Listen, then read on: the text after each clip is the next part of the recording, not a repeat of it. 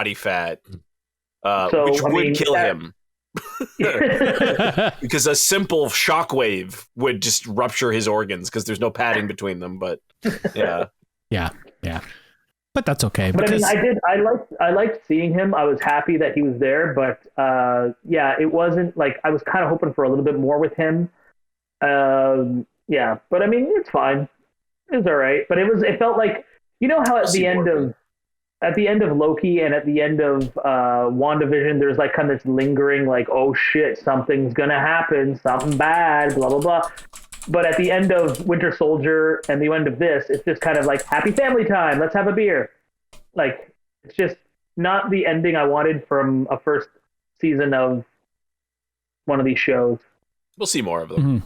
Mm-hmm. Yeah. You know what? Of course. But what I think is funny is that everyone on the internet is like, well, I'm sorry you didn't see Spider-Man or like, without spoiling it because we're live now, in Hawkeye, because, you know, Rogers the musicals happened at the same time. I'm like, Broadway musicals last for a long time. It doesn't mean it's the same time. It's like a different timeline. Like, people are weird. Anyway, this is us. We're here. We are Geeks with Kids, and we are the parenting podcast from a geeky point of view. Sort of. You know what? Maybe I'll change that tagline parenting? Next year. Yeah. We do sometimes. How many parents we got here? 2? No, 2. I told you it's Geeks with Kids and Geeks who are kids. That's fair. And we do introduce a lot of people to different fandoms, and you know, we generally give advice on how to get into different fandoms, which I enjoy. And maybe if Elgato / Corsair want to sponsor us, just look at that application I sent in. It's cool. Yeah. Anyway, Daddy needs a new Stream Deck for Christmas. Yeah. So I am Eric, and joining me this week are my podcast variants: Dave, Hawk, Marcus, and Brent. How's it going, guys? I'm not a variant. You're a variant. You're a variant. No, I'm not a variant. There's only one Dave. My wife is looking for something, and I don't know what are you looking for? Now this is a podcast about having kids. I know, right? So this week we're going to be chatting about the recently released Spider-Man No Way Home and our overall feelings on the film. But you know, we're not going to start with that now because we got to talk about what we're liking. I haven't seen all these guys and talked to them in a while, so I'd like to turn to them and ask them, you know, what are you enjoying in lives? What are you obsessing over? Why can't I talk? And let's start with Dave. What's your yum, my sir? What's your yum? Dave, go. I'm back on my Apex bullshit. I know. I've watched a number of your streams. It's winter. I've been feeling pretty good. I'm actually having a lot of fun playing Apex. Winter Express is this cool 3v3v3 game mode that they do like usually every Christmas. It's neat. The skins and stuff haven't been very cool, but I don't know why. It's just been fun. Nice. I don't think there's been any other games or anything lately. And I'm an idiot because I haven't watched The Witcher yet. I really want to binge it, but I just haven't found the time. It's so good. I will. If it makes you feel any better, I still haven't watched the first season. You should watch the first season. I watched the first season in one day the first season in October. Like just one day, I just put the whole thing, and I didn't mean to. I was just like, I'm gonna rewatch some of The Witcher, and the whole thing was done. It was fantastic. That's my just more Apex, always Apex.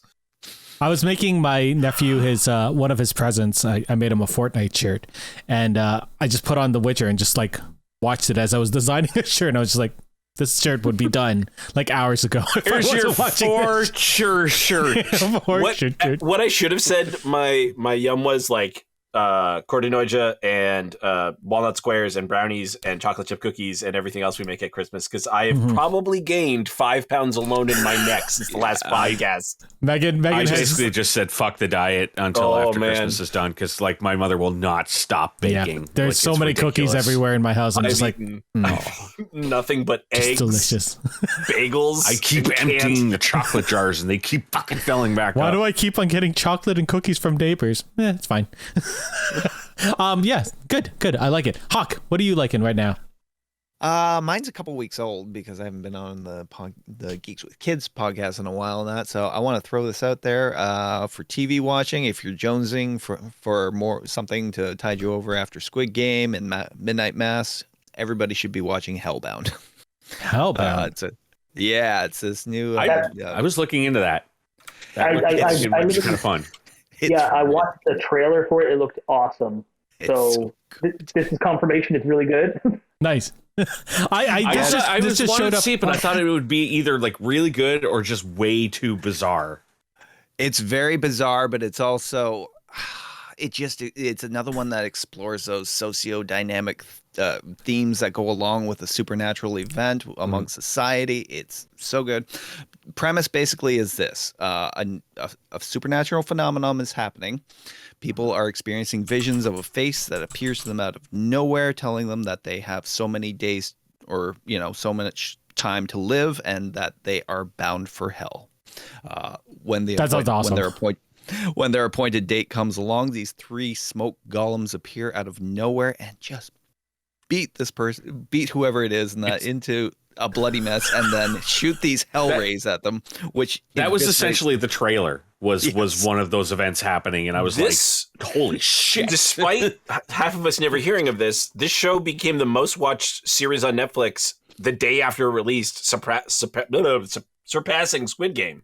Yeah, damn. It's because of Squid Game. Everyone's all about like all the Korean and Japanese shows now. Like everyone wants good more stuff. Good stuff is made outside of North America, and the UK. I saw those creatures and instantly was like, oh my god, I love the character design. I love the creature design.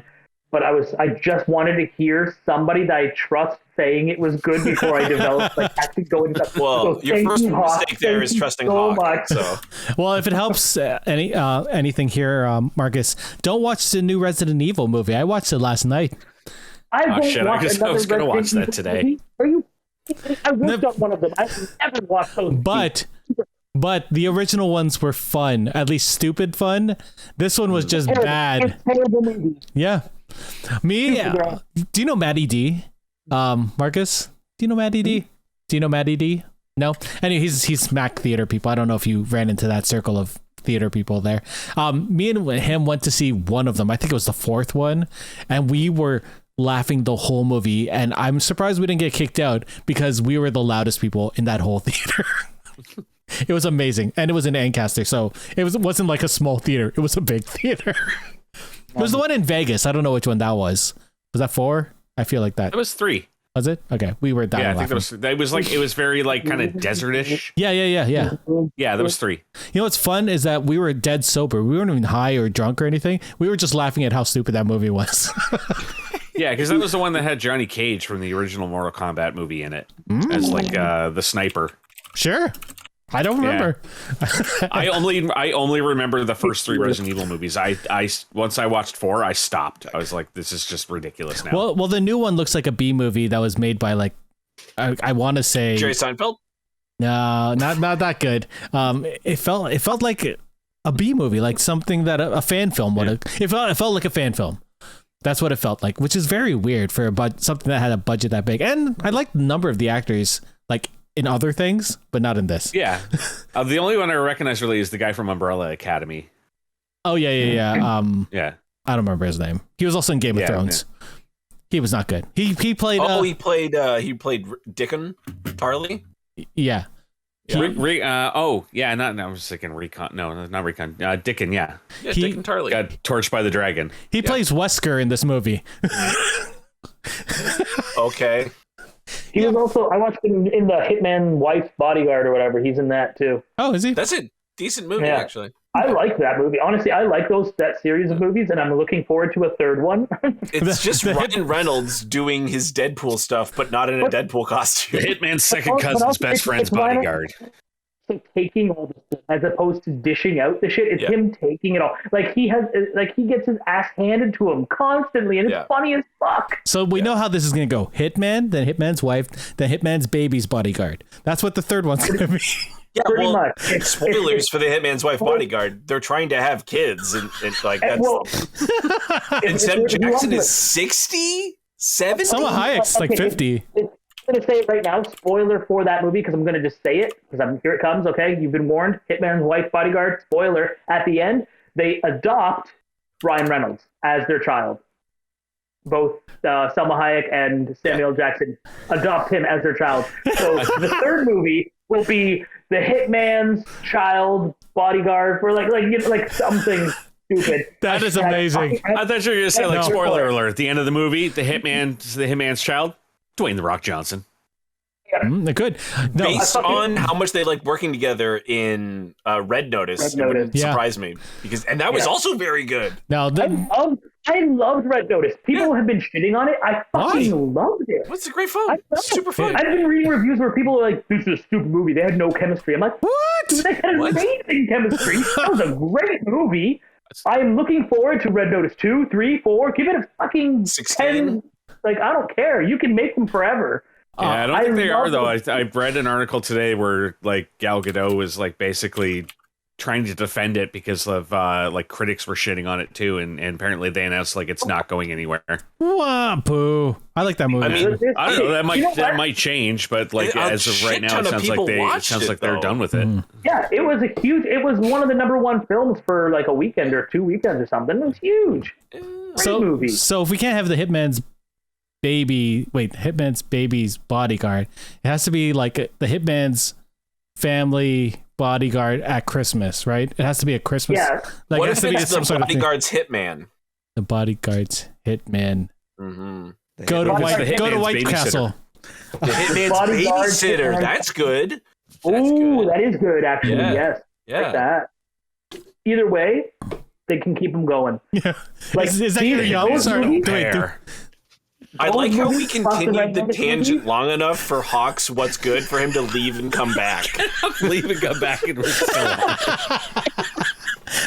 So anyway, Hellbound. how do we get from there to help? Hawks like that guy in Waiting who can't talk the whole movie, and then at the end he finally gets to say whatever he wants.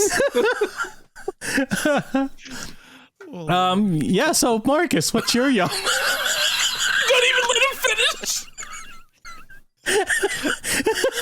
Wait, did we Were stop? you done? It was Hellbound, right? Watch Hellbound on Netflix. Okay. To sum up, Watch the bad. Ignore You turned into a robot. Sorry, Marcus. We made Mark laugh so much he broke his microphone. yeah. okay. Yeah, you're okay. Yes? Yeah. Okay. No, my yum this time around. Is it my turn? Are we doing Yeah, that? it's your turn. Okay. My yum cut him is off. actually I've been playing Kena Bridge of Spirits Mm. on PS5, and it's a fun game. It's not the best game. Nope. But it's a fun game. I like it. It It's a nice little ode to Zelda. yeah. It's a really nice little ode to Zelda series. They marketed it wrong, and later in the game, when things get punishingly hard, it's just like, okay, I guess I didn't expect this. Yeah, the end boss sort of broke me to the point where I almost threw my controller, and I was like, nope, not gonna do it. It's expensive. Well, luckily I bought it the day after it won awards, so it was like I don't know, 30 or 40% 50% off off, or yeah. something like that. yeah. So yeah, I bought it then. I don't regret playing it. It was a fun game, and Yeah, it's gorgeous.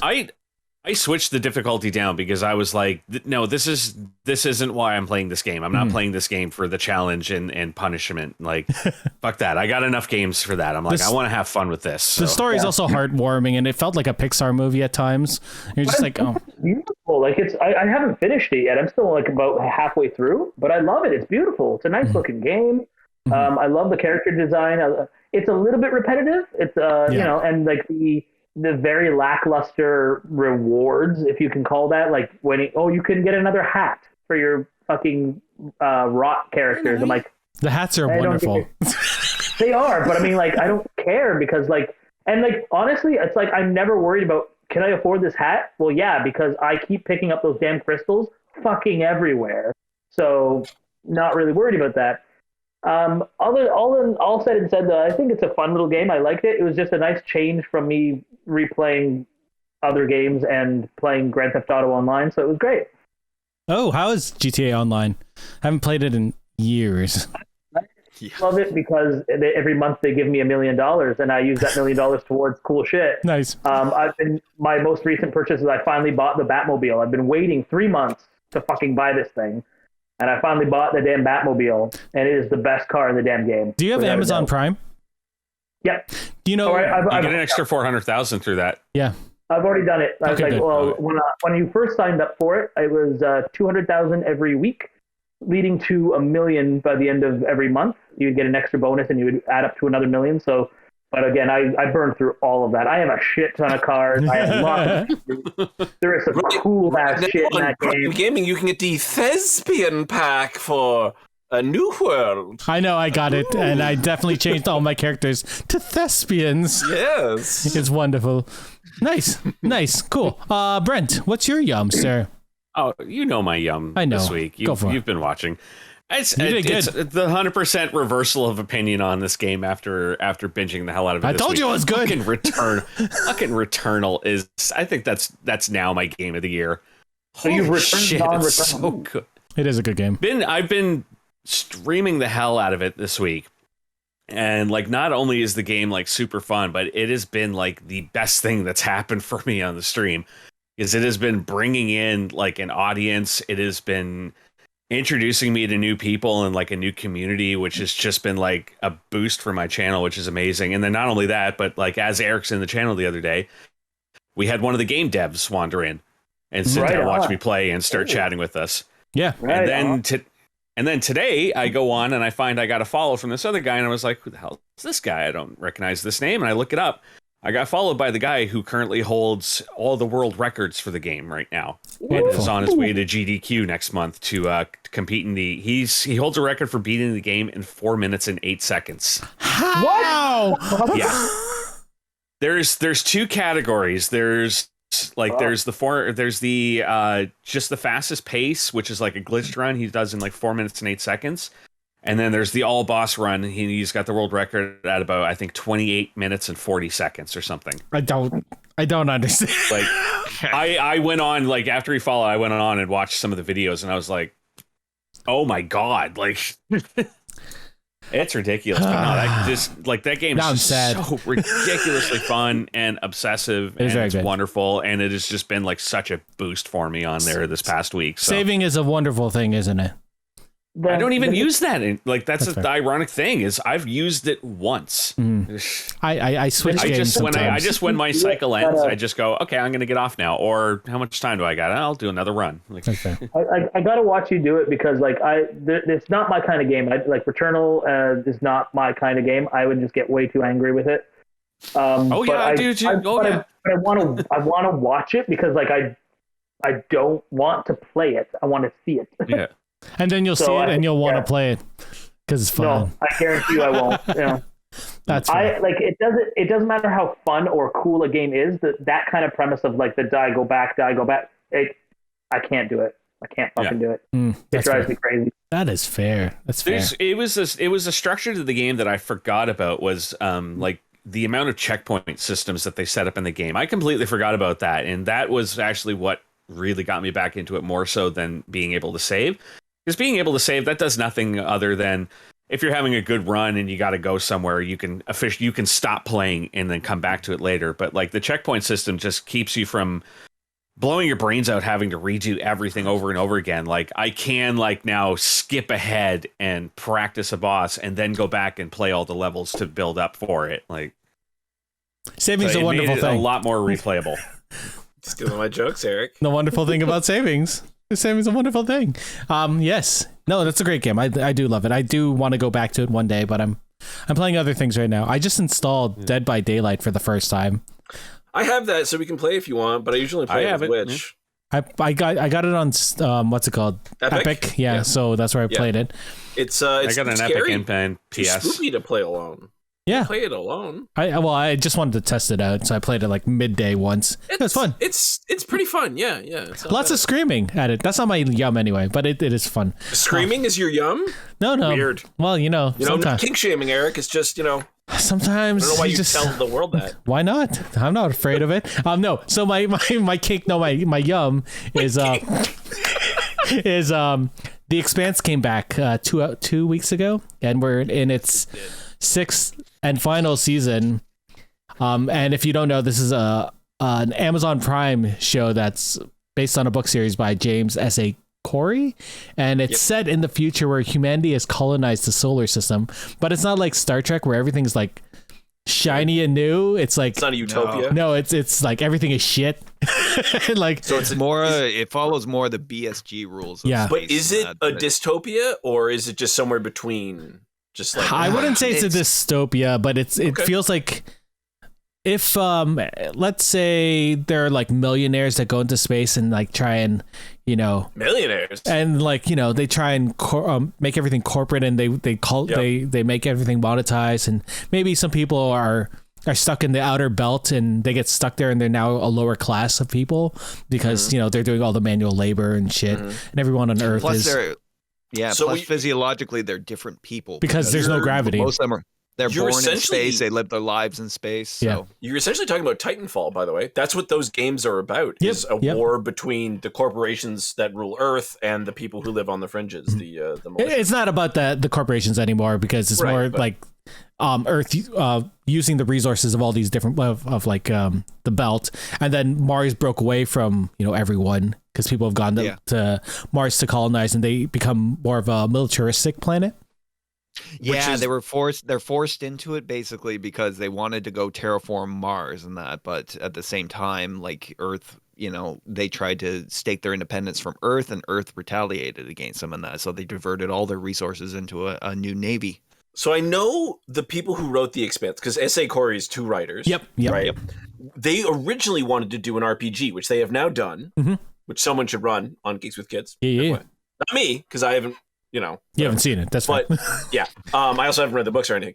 But the way it's written, as I understand it, it sounds like they kind of just, obviously it's what most people do, they take their favorite thing. So it's like, oh, Mars broke away, go play the Red Faction games. Yep. Oh, you wanted to worry about the Fringe? Go play Titanfall 2. Like, oh, you're worried about this? Go watch Blade Runner and and the Soldier, because Soldier, those movies are also set in the Blade Runner universe and Alien and stuff. Like, you just take all these great things and like you could just get the feel for all that stuff. And then like there's also extraterrestrial threats as well. That Like they, asteroids? You guys aren't recording that this week, are you? No, because it's Christmas Eve. Okay, so I can't do my companion one this week then. Of you streaming, watching us. Just watch Those you. who have not, watch these two watching The Expanse. Our brains It is break more, the in whole my time. opinion, it is more entertaining than any show I've ever seen. Like, they get so into it and so excitable, and like you thought he was giddy watching that end scene in Hawkeye. Oh my god! I mean, I'm telling you, we should be putting up the watch parties on YouTube for people to watch like riff tracks and stuff like That's that. fair. That's fair. No, like I want like us to get together and do a watch party watching them watching The Expanse. Like there's only three more episodes. Four more episodes. The last episode's definitely gonna blow my brain. Like my brain will explode. You What- think? Yep. What podcast number is this, Eric? This is Like 180-ish?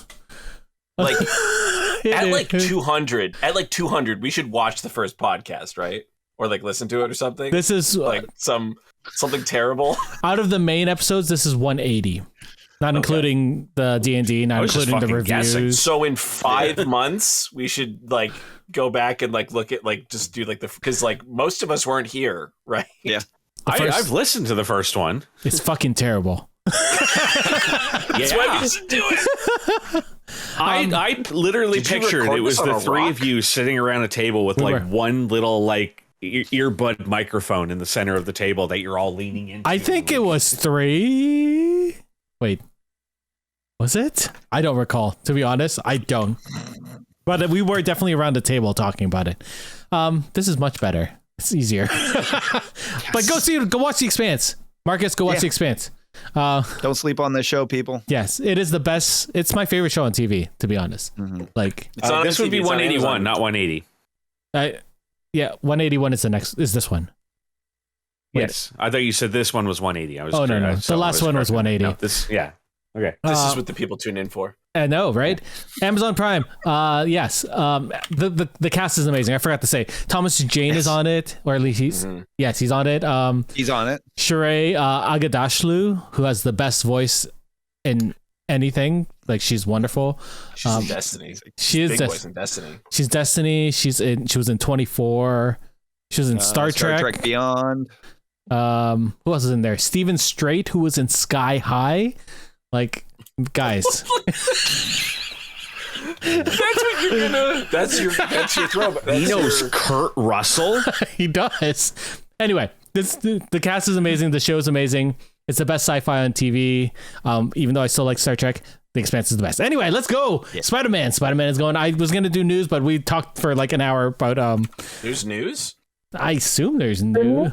Nah, there's nothing. Well, John Wick moved to 2023. Tom Holland said he was thinking about retiring for a little bit because he wants to start a family. Yeah, then they basically said that they're probably going to do 3 more movies. So. Then they're like, there's rumors. There's a truck of money that just went over to his house, and he's like, you know what? Maybe a family can wait. Maybe Spider-Man crushing it during a pandemic's had a little influence on his biggest decisions. Opening ever. Yeah, was it? Almost. I don't doubt it. Beat Force Awakens. Yeah. There is a bit of news that happened today. Warner Brothers announced 2 things. Michael Shannon and Ante Trau from Man of Steel are in the Flash movie.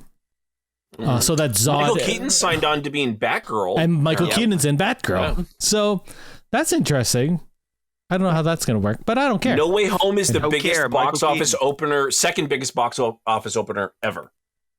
That's amazing. Second biggest. Behind what? Endgame, I think. Okay, that makes sense. Yeah. The Matrix also came out today, Matrix 4, which is interesting. I liked it. I can't wait to watch it. I've watched an hour of it, and I've been fascinated the whole time. It didn't pull my attention. I liked it. Okay, when it comes to the Matrix movie, I am not hyped about a 4th iteration of this movie, but I do want to know. I want to see. I am interested, but in no way, shape, or form is this drawing me in like the first Matrix film did. No. And I don't think ever will. You will never capitalize on the Matrix the same way you did the first time around. Because at this point, you've completed a story. We saw it. We were all kind of underwhelmed by it, but we got a story, and we moved on. Bringing it back doesn't really make us go, That would be my biggest question for Erik going into it is it like trying to be its own story continuing the franchise, or is it just a Ghostbusters nostalgia trip? It's a very meta movie. It connects to the original 3. I'm trying not to spoil anything. I don't think the Wachowskis are interested in dredging up the past. They seem to want to push the boundaries of things. Although a lot of this movie deals with what happened in the past, without spoiling things. Yeah. Sure, but we also know that there's been like 30,000 different iterations of Neo, right? In the end of Revelations. Like, we know there's like, you could just pick one of those things and do that as a movie if you wanted. Yeah. How do I say this? One of the trailers, they kept on showing clips of the old movies. And I thought it was really jarring when I watched that trailer. It happens in the movie as well. They show clips from the original movies, interwoven with. Sorry? Like they are actual clips from the movies? Yeah. Like they splice in. Without being cleaned up. Like they don't clean up the CG or anything from the old movies. They don't need to. They don't need to at that point. Like there are parts like how do I say this? It's sort of like memories happening. Where things are being remembered, and you see clips from the movies, or remember Trinity. At the end of the day, you don't have to say too much. At the end of the day, I'm pretty sure the majority of us are going to watch it at some point. I like what I've seen so far of the hour I've seen, but then I had to come here and watch Hawkeye. But I'm gonna watch. I know, I feel bad about but I enjoyed what I watched. Anyway, let's go talk about Spider-Man. So yes, let's do that. That's better. What was this? We're going to watch Spider-Man. Oh, okay. It's a spider. Oh, sorry. Is this better? I was washing my hands in the bathroom, and a spider fucking came out of the drain. I was like, "What the fuck?" Anyway, that's all I was talking about. Bite me! Do it! Anyway, so Spider-Man No Way Home was released on December 13th, 2021, and it is the third installment of the Columbia Pictures, aka Sony, and Marvel Studio joint venture after Homecoming and Far From Home, and it is the 27th film in the Marvel Cinematic Universe. That blows my mind. It's again directed by John Watts. The film stars the returning Tom Holland as our friendly neighborhood Spider-Man, Zendaya as MJ, Jacob Batalon as Ned Neves, Jon Favreau as Happy Hogan, and Marissa Tomei as Aunt May. And new to the film are Benedict Cumberbatch as Doctor Strange and a bunch of other people that we don't want to spoil if you haven't seen the trailers or the commercials and you've been trying to been on social media in the past 6 months. Exactly. Did you guys actually watch the trailers and stuff? I watched the first trailer and that was it. Yeah, I saved myself for the movie. Yeah, I only watched the first trailer. Everything that came out. Yeah. Did it ruin the experience for anyone here? No, not at all. Like, I guess the trailers, no. Yeah, because the thing is this movie was the worst kept secret in Hollywood. To be fair, I was surprised by a lot of things in the movie because I only saw the first trailer. And a lot of it is because of the trailer curbed a lot of expectations because it showed you a lot. So there were things that it didn't show you that that did surprise you when they happen. There are shots in the trailer that aren't in the movie. Mm-hmm. Mm-hmm. Yeah, like Wong saying, "Don't do that spell. Don't cast that spell." That's happened in every single movie up from Infinity War, pretty much. But that saying is now also in the new Doctor Strange trailer. Which is so funny because it's got cut.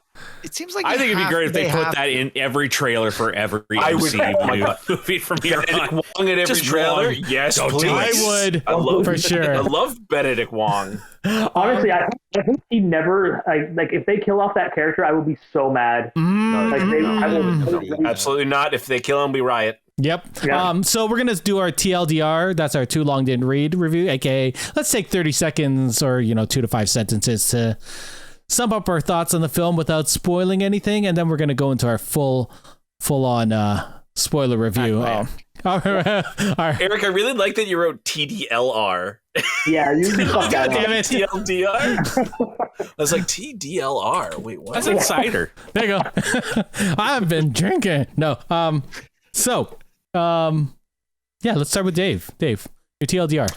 30 seconds. I really enjoyed it. I was smiling pretty much the whole time. I saw it with my friend who had not seen the previous Spider-Man movie, which he's not a big MCU fan, but he enjoyed it as well. And I kept going. He was like, "Who's that?" I'm like, "That's Jake Gyllenhaal. That's not important." Right at the beginning. I just had a great time. The feel of this movie, I think, was more in line with Homecoming. I think John Watts. I think that middle movie is good, but it doesn't hit as well as the first and the third. And you'll know when we get there. But there's a couple of scenes where you're like, "Holy shit, that's some good fucking acting." And that, I was super excited and grinning, and I was very happy. 30 seconds. I should have timed it. I should have had a timer on the screen. You said 2 to 5 sentences, and he just went for one really long one. Oh, goddamn it! You need right. to prepare like the Oscars. I don't need just punctuation. walk them off with the music. It's always Jurassic Park music. Yeah, I should put on this. Won so many Oscars. Yeah. Let's go with Hawk. This was just the perfect end to the trilogy of films, and that maybe I love the last movie in that, but like this one was just incredible. Peter, again, if you think Peter didn't have any more to learn about being Spider-Man than that, you are dead wrong. He, his need to try and do everything the right way in that ends up costing him. We won't get into too much spoilers to now, but at the same time, this movie just brings everything together. And I can't wait to see what they do next. Oh, damn! Yeah! Good for you. Yeah! Music ready to go. You will be docked 6 points, though, because you used 8 sentences. It was just one long run-on sentence. Lots of semicolons the whole way through. Brent, let's go to you. Wait. Do we have the timer ready? Yeah. Okay, I'm not going to say anything that anyone else is not going to say. All I'm going to say, Eric, is that like those private messages that I sent you about the movie, I was really hoping that you were going to bite into that and reply back just so that I could absolutely fuck with you and make you think that I hated this movie. But fuck that, this movie was amazing. You know what? You didn't like it. I told everyone that you didn't like it. I was trying desperately to make Eric think that this was the next Ghostbusters. You know what's funny? I love this movie. But he didn't like this, and he didn't like Ghostbusters. I had so many, like, I have a notepad that's right beside that's all about Mortal Kombat, and now I don't get to use any of it. God damn it. God damn it, friends. There were three people who were like, you gotta get that guy off the podcast if he didn't like Spider-Man. What are you talking about? Okay, so be good really quick because you guys talked over my 30 seconds. I absolutely love the movie, and mostly because, and this was something I had heard through reviews, is that, and I 100% agree, this is the first Spider-Man movie that felt like a Spider-Man movie and not a Marvel Cinematic Universe movie. That's true. It felt like 100%. his story. I think I wrote a point about that later. Like, this is the beginning of real Spider-Man. Marcus. Myself. Don't worry, it's fine. Okay. It's fine. I'm going. This movie, I fucking loved it. I went apeshit for it. I was very lonely in the theater because there was nobody there, so I was very excited for this and very loud on my own. It gave me what I wanted. It gave me it in a way I didn't expect, and it was fantastic. Not a perfect movie. Nothing can be a perfect movie, but it was so damn good. Pretty close. Loved it. Very close. Very close. There is a perfect movie. It's Into the Spider-Verse. Ooh. This is way fucking better than Into the Spider-Verse, motherfucker. What? I gotta go with Dave on that. I gotta side with Dave on this one. Okay, that's fair. That's fine. This movie was amazing. Yeah. Fantastic. So yeah. Nice. I will also agree with everyone here. This movie was amazing. It's my favorite of the three. It gave me the feels that I got during Endgame and made me cry more. And seeing it with an audience, it was the first time it felt like Endgame. And I think those moments are one of those things where I'm going to look back at old videos of people that filmed the cam, and they're just like, yeah, this is the part when everyone cried. This is the part when everyone cheered. And it's phenomenal. Everyone should see this. I like where it's headed. That's what the most important thing is. Like, I know it's exciting where we're going from here. I think everyone here would agree it was sensational, it was spectacular, it was amazing, and it was superior. It was better than Cats. Well, that's a low bar. I thought you did good, Dave. That was really good. That was very good. I like that. Very good. So you're amazing. You're amazing. I gotta say it. You're amazing. No, I can't. I got a thing. Okay. So this is our spoiler warning. This is your spoiler warning for everyone out on the internet and anyone who's listening to this. We are going. Go find a way to see Spider-Man. Wear a mask. Yeah. Get your booster if you can. Please. Be safe. Yeah. See this. Well, we're now, if you're in Canada, we're hitting 50% capacity in movie theaters again with no food or drink. So that will hopefully make it better. But I wore two masks in this. I didn't take my mask off the entire time, but I could hear everybody chewing behind me. Yeah, I took off my mask. I went off to the side just to make sure nobody was fucking near me. Yeah, it was 4 seats away from anybody. Did anyone see this in 3D other than me? No. This movie, I did the IMAX screening. This movie's amazing in 3D. You can tell there's some 3D shots in this movie. Like the post conversion, slow motion, like I don't know if there's conversion, Eric. No. This one, those shots. No, yeah, they did. I think it's just the team. I think it was just all like not just conversion, but like they put in shots where like, well, that's obviously going to be. 3D. Yeah. Well, all the other ones have been 3D, so I assume. And John Watts seems to know what he's doing with the action sequences. Yes. They're just amazing. Anyway, spoilers. We're gonna go into this. I'm gonna actually talk about each of the acts, and if there's a scene you want me to stop and you guys want to talk about it, just jump on in.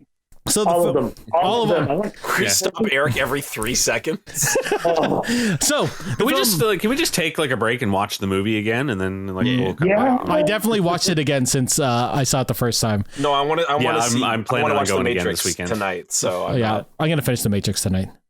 So the film picks up directly after the events of Spider-Man Far From Home, with Mysterio Quentin Beck framing Peter Parker for his murder and revealing his identity as Spider-Man. This leads to Parker, MJ, Ned Leeds, Happy, and Aunt May being interrogated by the Department of Defense Control and Damage Control. Damage Control. Who else was super? I went. It's Damage Control in the theater. I was like, they're real. They are. Well, we saw them in the first Spider-Man movie too. I know, right? but they have authority. Here. They do, like a lot more. Like now they're police. They're fucking police. Like they're yeah. Well, now they're not just picking up artifacts and cleaning up. They're just like. I guess they're more like they felt more like S.H.I.E.L.D. at this point, right? It feels like they are taking over for the Sokovia Accords. Like now that those kind of seem to be null and void, or like seems to be like nobody fucking cares anymore, or nobody's enforcing them. It feels like Damage Control is kind of like trying to take up the reign. Them and Sword. I don't know. That's fair. We do find out that Nick Fury Peter finds out that Nick Fury has been off world for over a year. So that, how does some random Damage Control guy know that though? Right? Yeah, that feels weird. Yeah, maybe there was a Skrull impersonating him. He's up in space. It's fine. Yeah. But there's a Skrull here that was him, and that is just hand wave. Like that's never. Maybe Sword. Maybe Sword works with the DODC. So maybe they're in conjunction. Who knows? We don't know because we end up seeing our first big reveal, and that's Matt Murdock has returned to the MCU. I lost my fucking shit. And he's played. He's played by He's played by Stardust's very own Charlie Cox. Remember Stardust? Yeah, that movie's amazing. That was one of those things that, again, like one of the worst kept secrets in Hollywood. That the rumor that he was going to be in it, but that was one where because of all the other spoilers that had been out there, I completely forgot about that one. So when he showed up on screen, I was like, this one felt the least realistic to me, though. Yeah, it same. was like, well, they don't want to. They like it's one thing if they want to bring in other Spider-Man because Sony definitely wants that to happen, right? Sony wants people to care about Andrew Garfield's Spider-Man, but do they? No, Sony doesn't give a shit if Matt Murdock shows up in their movie. The only reason why I thought it was real was when Kingpin showed up last week on Hawkeye, and it was just like, it's happening, it's all happening, it's all real. And this is the first time like the whole audience gasped, like, and then cheered. It was amazing. Dude, and then I was the only one. I was the only one who lost my shit in the theater. Everyone else was like, I don't know who that guy is. It was a timid reaction when I was there too. Oh man, I don't think a lot of people remembered him. Some girl on the opposite side of the theater went, "Holy shit!" And I was like, "That's amazing." That was me. The brick catch, and then the look on Peter's face. Amazing. Yeah. Oh my god. So I want to just say, like, so there was in that scene, I'm a good lawyer. I fucking love. Yeah, I love that line. I love that. Like, but just before, so he says to Happy, you're gonna get off your cases, Peter. But he's like, to Happy, he says, you're gonna need a good lawyer, like a really good lawyer. And then when he catches Brick, he's like, I'm a really good lawyer. I'm like, so are you trying to just refer to yourself? Or are we maybe trying to introduce the She-Hulk aspect of this too? She-Hulk for sure. Like, is it? that's Isn't what She-Hulk a district attorney though? I don't think she's not at this point. I believe she starts as just a lawyer. Like she's not a district attorney to start. She defends superheroes. Yeah, she defends superheroes. Yeah. Yeah. And their associates. So Happy. I assume really that's what that story's about. I assume that's kind of what I was. That's why I got really excited about all of it as it was happening. I got really pumped up. Jon Favreau's not busy enough making Mandalorian season 4 and the Book of Boba Fett that he's got to now appear in the She-Hulk. He has other directors, right? He could just, and they're all using the volume now, so you never know, right? Oh man. Yeah, so unfortunately, due to the negative publicity caused by Beck and J. Jonah Jameson, Life for the Heroes gets pretty rough, and the trio's applications to MIT are rejected, in the light of current events. We cannot, accept you, blah, blah, blah, blah, blah, and all that shit. So turns to Stephen Strange at the Sanctorium to ask for help. Where there's a blizzard. There's a blizzard because one of the portals wasn't closed. Before we go into the Stephen Strange, can I throw just a little shout out love to Happy being essentially an F-boy? Yeah, that was funny. Yeah, he was like, I thought it was more, and she's like, it was a fling. It was just a fling. Flings happen. But she was like that in the previous movie too. Yeah, it's true. He's a soy boy for sure. He was so sad, and the look of oh my god, it's fantastic. I mean, Jon Favreau plays like just sad making his name solo. so ironic at this point. Yeah. Like every movie, something horrible happens to him at this point. Poor Happy. And then the last scene we see with him is also incredibly sad. No. We'll get there. We'll get there. So we find out that Doctor Strange is no longer Sorcerer Supreme, and it's now Wong because of a technicality. I like that it's a technicality. It's like, shit. you didn't exist for 5 years. It's not a technicality. If the president disappears, someone's got to step up. But he still has the Eye of Agamotto, so that shows something. He doesn't have the Time Stone, but he still has the eye because it's still a very powerful artifact. Yeah, but if you recall, it's not based on... The Sorcerer Supreme doesn't get the Eye of Agamotto. It's the artifact's called to whoever. Yeah, right? yeah. They talked about that. Yeah. Doctor Strange. So... Strange suggests a spell that would make people forget that Parker is Spider-Man, and mirroring the events of J. Michael Straczynski's The Amazing Spider-Man Happy Birthday. I stole this from Screen Crush. Peter's constant annoyance during the spell causes the spell to get corrupted, and Stephen Strange contains it. But, he's pissed off because Parker wouldn't stop talking, and, he makes him leave. Parker then goes to the Hudson Bridge to try and get that MIT administrator to reconsider Ned and MJ's college applications, which I think is really sweet because he didn't actually vie for himself. He was hold on, but he did that because Strange was like, "What do you mean you didn't call to try and fix your application before coming to me to make everybody?" Got me laughing the loudest. Yeah, that was so good. He's like, "You didn't call before asking me to erase everybody's fucking memories?" because he's a fucking teenager. Yeah, he doesn't know these how things. They think. Yeah, I love that this is the most teenage Peter Parker we've seen yet, and he's still he's a little bit of a dumbass, which I love. Yes. So he goes to the bridge to convince that administrator and ends up getting attacked by the Raimi-verse Otto Octavius. Fun fact, Otto died underneath that bridge, in the original movies. He drowned there. Yeah, he drowned. Yep. That's one of the things that happens with all of the villains that end up popping up. They all kind of pop up from where they last left off, kind of thing, or where they kind of discovered about who Peter Parker actually is or who Spider-Man really is. Although, Eric, I know we'll get to it when we get to Electro. Yep. So Otto takes, he attacks Peter, and he ends up taking part of his nanotech, which is a thing in the Raimi-verse because they talk about it in the first movie, and he starts it starts to convert onto his arms, but because it's nanotech and it's controlled by Peter's suit, he ends up taking control of Otto's suit and, just puts him to the side, which is hilarious. The de-aging software on Alfred Molina looked very natural, didn't it? Yeah. I didn't. And when you get to Willem Dafoe's too, holy shit, he looked so good. I didn't realize Alfred Molina. I thought he just lost a lot of weight, but I didn't realize that they just CG'd all of him, which is everything. Basically.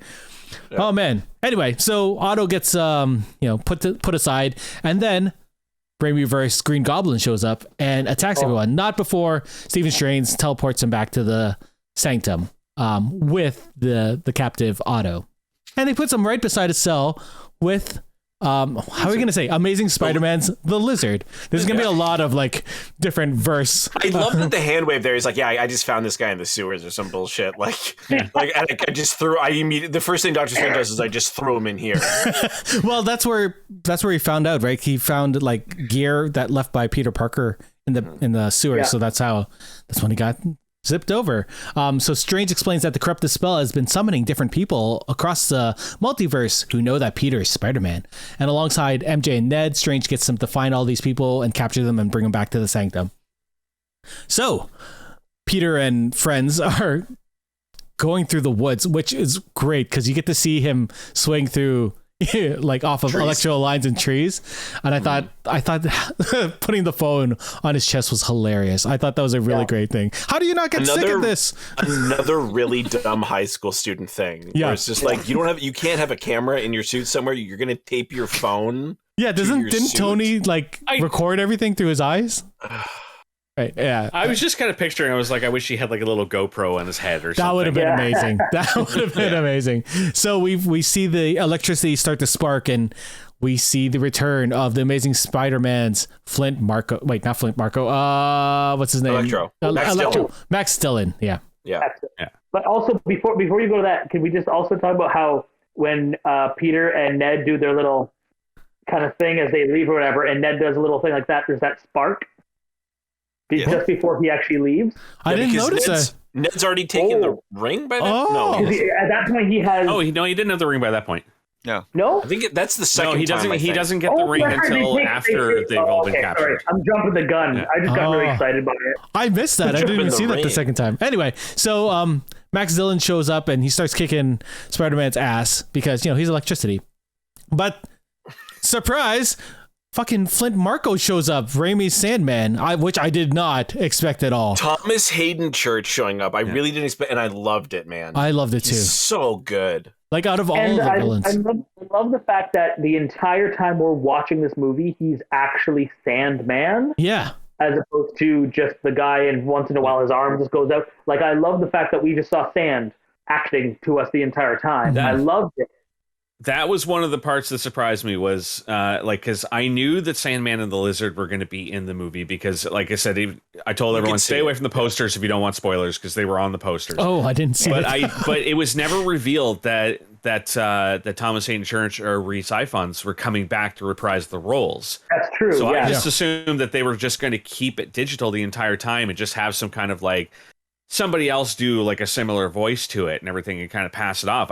So I was genuinely surprised to see both of those actors back. And I heard Thomas Hayden Church went method on this, and he actually turned himself into sand. Good for him. Yeah, 100%. Good for him. World class actor. Now, did they de-age Thomas Hayden Church as well? I don't think they needed to. I don't think they had to because he was basically CG the entire time. Barely see. No, but maybe like at they the, did, but at the end when we do see his Maybe face, the end part. I Yeah, don't maybe know. at the end they probably did a little bit. That He also still could looks have that been good. entirely CG Thomas Hayden Church. that's true. Oh, That's yeah, true. that's fair. Just to make Fair it enough. easier. They Fair just scanned him and then. I don't know. He still looks good from what I've seen, like pictures of Yeah. him. Not that I Yeah. went on the internet afterwards and looked up pictures of him, but he does still look good. Anyway, so they capture. Eric, why does your search history say Thomas Hayden Church plus shirtless? What's that about? Oh, that was weird. I wanted to know how they scanned him in these movies. Anyway. Oh, right. Anyway, so they capture Electro, but not Flint Marko because he's not a bad guy at that time.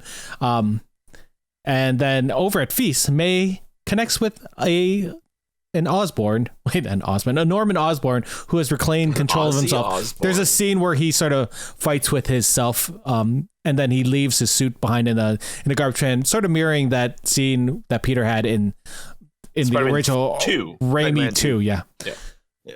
So May convinces Peter at Feast to help all these people. Like these are people and they need help. And I think that's a really important lesson that Peter he's sort of learned, but I think May's like a high school age student helping these people with deep psychoses. Yeah, right. Clearly that's going to work out well. Right, well, Why not? He also figures out that basically these people all died fighting Spider-Man and that they're going to be returned to their universes at the point where they're going to die. Yeah. Well, I feel like May, because of him seeing her working with all these homeless people, like through Feast, like his moral compass, I know I'm stealing a lot from Ryan but is very much centered around her and her work helping people. And I think that shows, like, that's very apparent in this movie. And it sort of Norman Osborn shows up like a crazy homeless person. Yeah.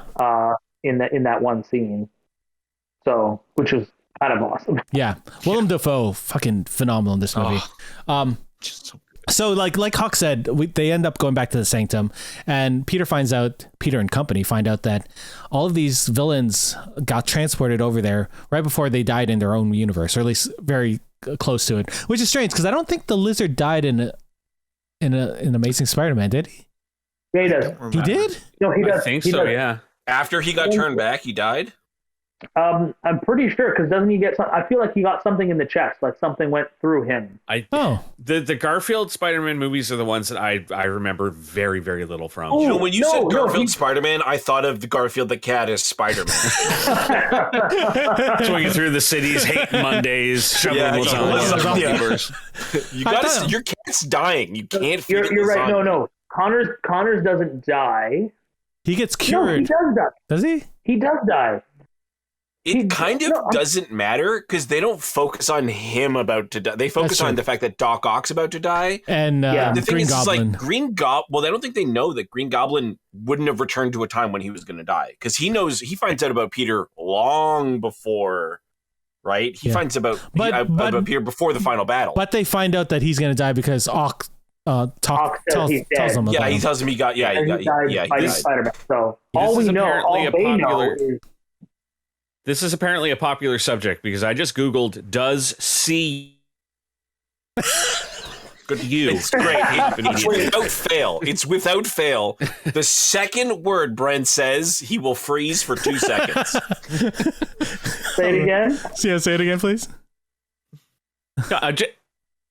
Okay, but yeah, you got us. Anyway, so as Strange continues to prepare the spell, Peter pleads with him that they should, try and cure them before sending them back. Like they don't deserve to die. But Strange is not convinced, and we know this from Endgame. Like he's gonna the most do important thing to Strange is protecting their specific reality. Yeah, for sure. Yes. So Peter decides, why not? Let's steal the box and have this amazing fight scene in the Mirrorverse. All right, I'm going to cut off. Kirk Connors does not die in Amazing Spider-Man. Damn. He apparently was in a post-credit scene where he was asked whether or not he knew Peter's father. Because they were going to make the Sinister Six. Sinister Six. Yeah. Yes. Yeah. Okay. Amazing. So, Strange and Peter have this amazing fight. What did you guys think of it? This was fucking incredible in 3D. Like Peter incredible. going, it's the Fibonacci sequence. I know geometry. I know math. Let me take care of this real quick. And I'm like, wait a minute. Knowing math doesn't mean you know magic. Like I know, just because you can square a root doesn't mean you can make a card appear or something like Scott Lang. But I think it was. He's not making magic. He's using math to make the geometry go. Yeah, work but in his how favor. does he understand? There was mathematic principles happen? behind. I think there's mathematic principles behind how he constructed all of those scenarios. That they're based on a system, and Peter was able to identify the system. Right, but identifying the system doesn't allow you to do anything. You're like, cool, I can figure out the circumference. No, but again, he doesn't do magic. He doesn't do anything magic. Saying he does magic. He's just like, if I shoot a web here, it's going to go everywhere. He wasn't shooting. No, he was shooting many webs. Webs everywhere. He shoots webs consistently around the thing as it's spinning, which creates that. It's one of those, like, I thought it was cool, but I'm like, this don't make no sense to me. It's also a movie where a teenager had to beat a sorcerer somehow. So then we went, and he's smart. Remember? And what's the problem? I've seen The Wizard. Okay. Like the Nintendo glove. Yeah, Fred Savage. Yeah. A kid beats a wizard. Anyway, so Peter takes the villains to Happy's apartment where he and May have been staying because of this whole fiasco, and he ends up using a Stark fabricator to begin his goal of curing the villains. He first fixed Otto's inhibitor chip, which is amazing. Like Alfred Molina in this scene when he's like, it's so quiet. Oh my God. Like master, like the actors in this movie are just so fucking good. So I wanted to wait until we got to this point in the story before I posited this question. Yo. Now, obviously, like his plan is like before we send them back, we want to cure them of their evil ways and stuff like that, so that they don't die when they go back. Now, number one, if they're being deposited back at the time where they were killed, would them suddenly being good people change the outcome of that, or would the motions already be set in place? I think in Doc Ock's case, no. Number two, if they know they're being sent back to the moment they die, why would it matter if they were reversed back or not? Because if they would know, I'm going back to when I die, I can change They're not going back to when they die. Back to the place where they die. They're not being brought back to the place where they die. They go back to when they that's what it was. That they were saying that you're going to be put back at the moment you die, and so I don't want them to die. So all of them die in their stories. What happens? They're going to get deposited back when they find out that Peter is Spider-Man. That's their point of transfer. Okay. Yeah. So every time one of them found out Peter Parker is Spider-Man, that was when they transferred. Except for Electro, because he never finds it out. Yeah, the Electro one. The idea that he's a variant version. He also said he was absorbing information. That's true. The internet. I don't know. Because he was like, you remember Gremlins 2 when there's an electric gremlin that goes through the phone lines? That's Electro. But see, Electro would be brought back to almost the point where he dies. Because that was close to the point where he dies. Every other character would have found out about Peter Parker well before their death. long enough that they could have done something different. Otto wouldn't though, but Otto is also the kind of person, because right before he dies, it's also good. When like he goes, he takes over control of his arms and he dies to save people because he is a good person at heart. Yeah. Whereas it would depend on when he goes. Right. When he goes back, when Otto goes back, is his machine already out of control? Yeah, it is, because he finds out because Peter pulls off his mask near the end. Yeah, he's about to stab Peter. He's going back to his death. He would be going back. But he wouldn't care when in his good self, he wouldn't care. He would rather save the city. Yeah, that's what happens anyway. Yeah. So either way, I will posit a question about alternate timelines at the end of this whole thing too for you guys. So they fix Otto and then they try and fix Goblin, but Osborn's Goblin persona takes over. Electro first. They're trying to fix Electro. And Electro's like worried. He's like not. He's like, I don't know if I'm into this. I don't feel right. Like I feel like I'm losing. Because Electro likes what he's become. He likes feeling. He likes his version because he doesn't have the comb over and. I love that Flynn Marco's just like, hey man, I just want to get back to my daughter. That's the only thing that fucking matters to me. I don't care if I die. I don't care about you. I just want to go back to my daughter. That's what's important. Mm-hmm. So Electro's almost cured, but Osborn's Goblin persona takes over, and he convinces the villains to rebel, except for Otto. He's trying to help, and Osborn but and Peter. Electro zaps him anyway, and he goes evil apparently again. Who, Otto? No, I don't think Otto ever went bad, did he? Yeah, he gets. Max goes, I preferred you went the other way, and then he zaps him. But I don't think he reverted him back. I don't think he reverted back. I thought he did. And I was expecting that at the end that he did, but I don't think he did because at the end he's still good, Otto. Yeah, but I also think it just mirrors what he did in Spider-Man 2, where he was like, "Oh, I can control this when it really fucking matters." But you're now thinking as opposed to like none of that's. I agree. I 100% agree with everything. We did not hear a word of that. So what I'm saying is, like, you're saying what you think happened to Doc Ock, but all we see is him get zapped. He goes flying out. Yeah. And like, I assume he just ran away because people have seen him. Yeah, we don't see him again until the end. When he comes in, he's helping. So he's not. So at no point do we know he's gone evil again. So we can't say that he has gone evil again. All we can say is that he tried. And in the other version where electricity did fry his chip, I mean, for all we know, their new chip that they put on him is resistant to that. Yeah, I feel like he got blown out the window, and then there was police everywhere. I assume he left to, not get caught by Doctor Strange.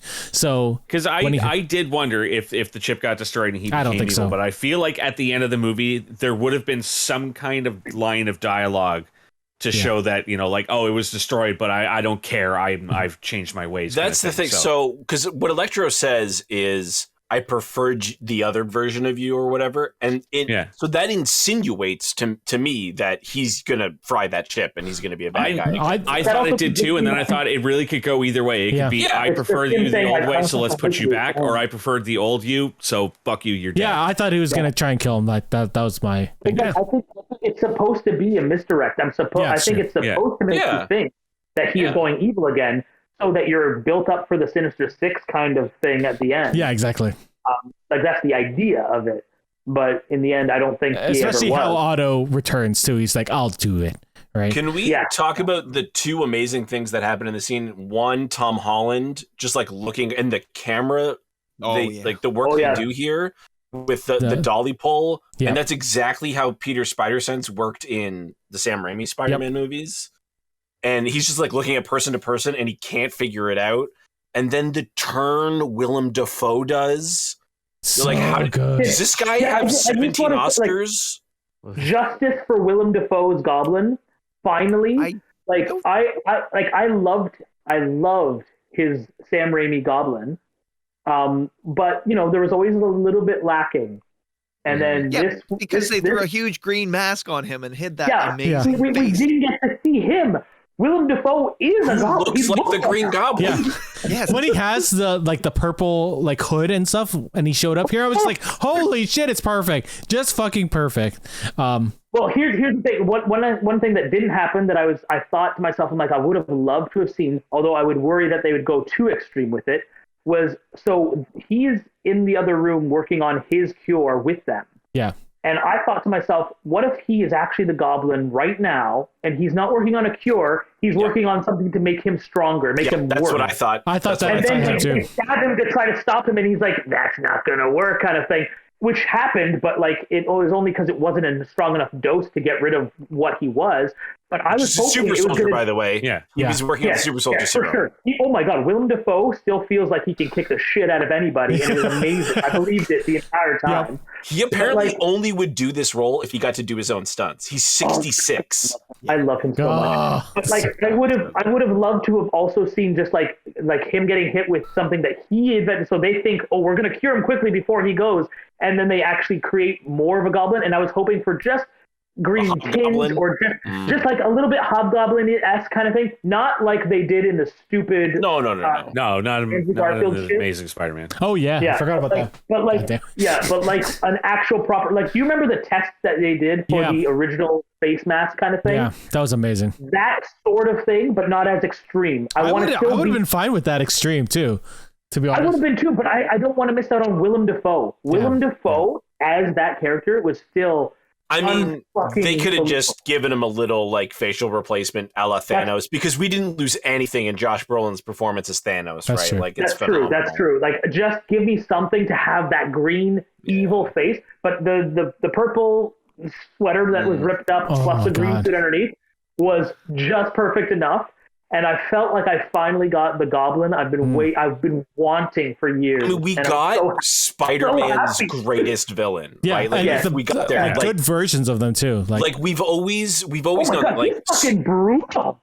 well, Spider-Man, the fight right here, Spider-Man right? and Batman, right, have the best villains, and like we haven't really seen. We've seen Batman's on screen, but for some reason we haven't seen Spider-Man's as they should be, and we finally did here. That was the other thing I really liked that I did not know going into this movie is the ads really pushed that Doc Ock was going to be like the main villain of the five. So then when it really shifted and like with Willem Dafoe's performance to him becoming the man, I was so happy. Like, yeah. Because the only two villains I knew because of the first trailer were Ock and then Green Goblin because of the pumpkin bomb. So I was just like, I didn't know where it was going. Yeah, sorry, Hawk, you go. The fight scene in the apartment was great because, like, you know, from the comics, I always remember like Green Goblin that had pretty much comparable strength in that to Peter and that, and just to see the two of them and that having to like, you know, duke it out in a like small hallway and just go through concrete. I love that that Goblin was just taking every punch and just like giving double back to him. It was just like Spider-Man giving a suplex and going through the floor. Oh, like, my God. Yeah. when we're not there yet. But when later on it's like I don't pull my punches, and I'm like, we know that Spider-Man can tear people's like when he went. Remember, like when Kingpin hurt Aunt May in the comics, and he's like, I've been toying with you, Kingpin. You're just a regular guy, and he's like shatters every bone in his body. Yeah, I'm like, that's when Spider-Man's mad. That's like, the kind, and those are the punches Green Goblin can take. It's like Superman, man, right? Like he's always pulling his punches. Oh, anyway, so Osborn and Peter fight, and the building just gets fucking destroyed, which I think is amazing. Yeah. But in the ensuing chaos, again, poor Happy. Yeah. So it's true. He's not getting that. Deposit back.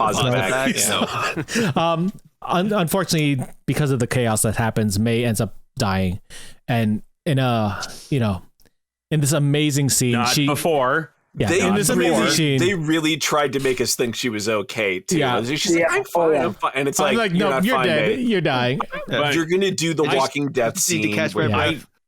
I knew she was going to die the second she delivered that line. Oh yeah. Then as she delivers the greatest Spider-Man line with great responsibility. There must be also with great power. I've been drinking. Sorry.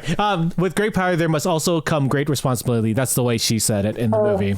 But that's what I loved is that like as soon as she delivered that line, I was like, okay, we're losing Aunt May this movie, so that Peter can become an adult. Yeah. But I just love how that is like a continuing thread through all of the different Spider-Man multiverses. Is that every single character who has been that person who has come up with that line for him has been the person that he loses that pushes him to be who he becomes. Yeah. And and it is in some way his fault. Yeah. Yes. Yeah, for sure. This is his fault. But I love that she also conveyed that the notion that what he did was still the right thing, even though she's going to die. Curing these people, these villains, they're still people and they deserve to be better. And it's such a beautiful moment and such a heartbreaking, like just dead silent in the theater. Like you could hear people crying again. Like, oh my God, it was just amazing. I loved that they gave this moment to Aunt May too, because it's very much a consistent Uncle Ben thing, which is kind of great. But it's Batman always has to lose his parents, but it was like, there's no reason we can't move this. Also, there's no reason we can't flip when this. we see Ben, we hardly know him. We've seen Aunt May for multiple movies. Like, it's way more heartbreaking. This was way more. Us, it was like we lost our Aunt May. Exactly. Like every other origin story, we know Uncle Ben's going to die. We see it happen. It happens usually in the first quarter of the movie, and we know what's going to happen here. This was the first time we thought we were safe. We thought Uncle Ben's been dead. You know, we have Aunt May the entire time, and then we get to this, and then they kill her and take her away from us, and I'm like, oh my God. Right? Everybody said we're tired of origin movies, so they gave us 3. Yeah, like this is literally his turning point to becoming the Spider-Man that we are going to get. Yeah. I have another question regarding Aunt May and Uncle Ben in this, but I'm going to wait until a little later to ask it because I think we need to reveal something else before we get to that. Fair. Okay. They didn't wear condoms. I know that. They did not wear condoms. All right. So because it's not like Peter's got any cousins running around. That's true. He was sterile. Maybe as a shield. Yeah. Anyway, so over at Ned's place, he and MJ are trying to find out where Peter is because as soon as May died, he just went off the radar. No one could find him. So Ned discovers that he can build portals with his stealing Doctor Strange's sling ring. After stealing Doctor Strange's sling ring, he starts opening portals and he's saying, let's find Peter Parker. And the first Peter Parker we find is Andrew Garfield's Spider-Man from the Amazing Spider-Man duo movies. I was gonna say trilogy, not trilogy, duo movies. I just love him in the shadows, like in the Spider-Man suit, just like me. You want to me? Peter, come on, Peter, and he's like, all right. Well, the thing is, he recognized them from all the news coverage, so I think he knew that he could trust them. It's so funny. But oh my God, Andrew Garfield. Well, if there was a problem, brilliant. his spider sense would have gone off. That's true. Is the thing, right? So I don't know about you guys. My theater, everybody went nuts. Yeah, everybody fucking crazy. I leaned over to my buddy and I said, "If Tobey Maguire walks out in a portal, I'm gonna lose it." And not only wait, so before we get to Tobey Maguire, the scene where Ned's Lola, which means grandmother, comes down and is like, "Can you get that spider web?" I'm sitting there dying because she's saying it in Tagalog. So I'm sitting there like, I understand everything she's saying, and they sort of paraphrase it, and it's just way more funny in Tagalog. She wants you guys to clean up all the cobwebs you just shot out. She talks to Ned and Tagalog, right? Yeah. And then when she actually says like 3 English phrases, so she clearly speaks English. Every Filipino person speaks English because you have to learn it. You have to learn it. But she is fluent English, but she refuses to talk in front of him in English. So I'm gonna throw this out to you. Filipino people, even when there are white people around, will speak Tagalog. Like my parents, my parents speak Tagalog to Megan, and she's like, "You jumped into Tagalog again." She's like. And my mom would be like, "Oh yeah, sorry," and say it again in English. Like this has been happening for 15 years, which I think is hilarious. It's just they switch between English and Tagalog all the time. So they end up opening up another portal, and out comes youth pastor Tobey Maguire. Cool youth pastor. Cool youth pastor. Wait. But keep in mind, his parish is called Satan's Alley. Oh yeah. Him and Robert Downey Jr. Yeah. Or Kirk Lazarus, sorry. Yeah. Oh my God. Like, I thought people were gonna lose their minds when he showed. Like, I screamed. Gasping. No, everyone was silent. I was like, yeah. It was like screaming and clapping and just like everyone lost their shit. It was so so good. And I pulled a real Ric Flair. seeing them like play off each other, Andrew and Toby. Oh my god! At that point, and then Like I wish I didn't know. Though I will say that by the time they came out in the movie, I had kind of forgotten about them being in it. So when they walked out, it was kind of like, oh fuck yeah, they're in it.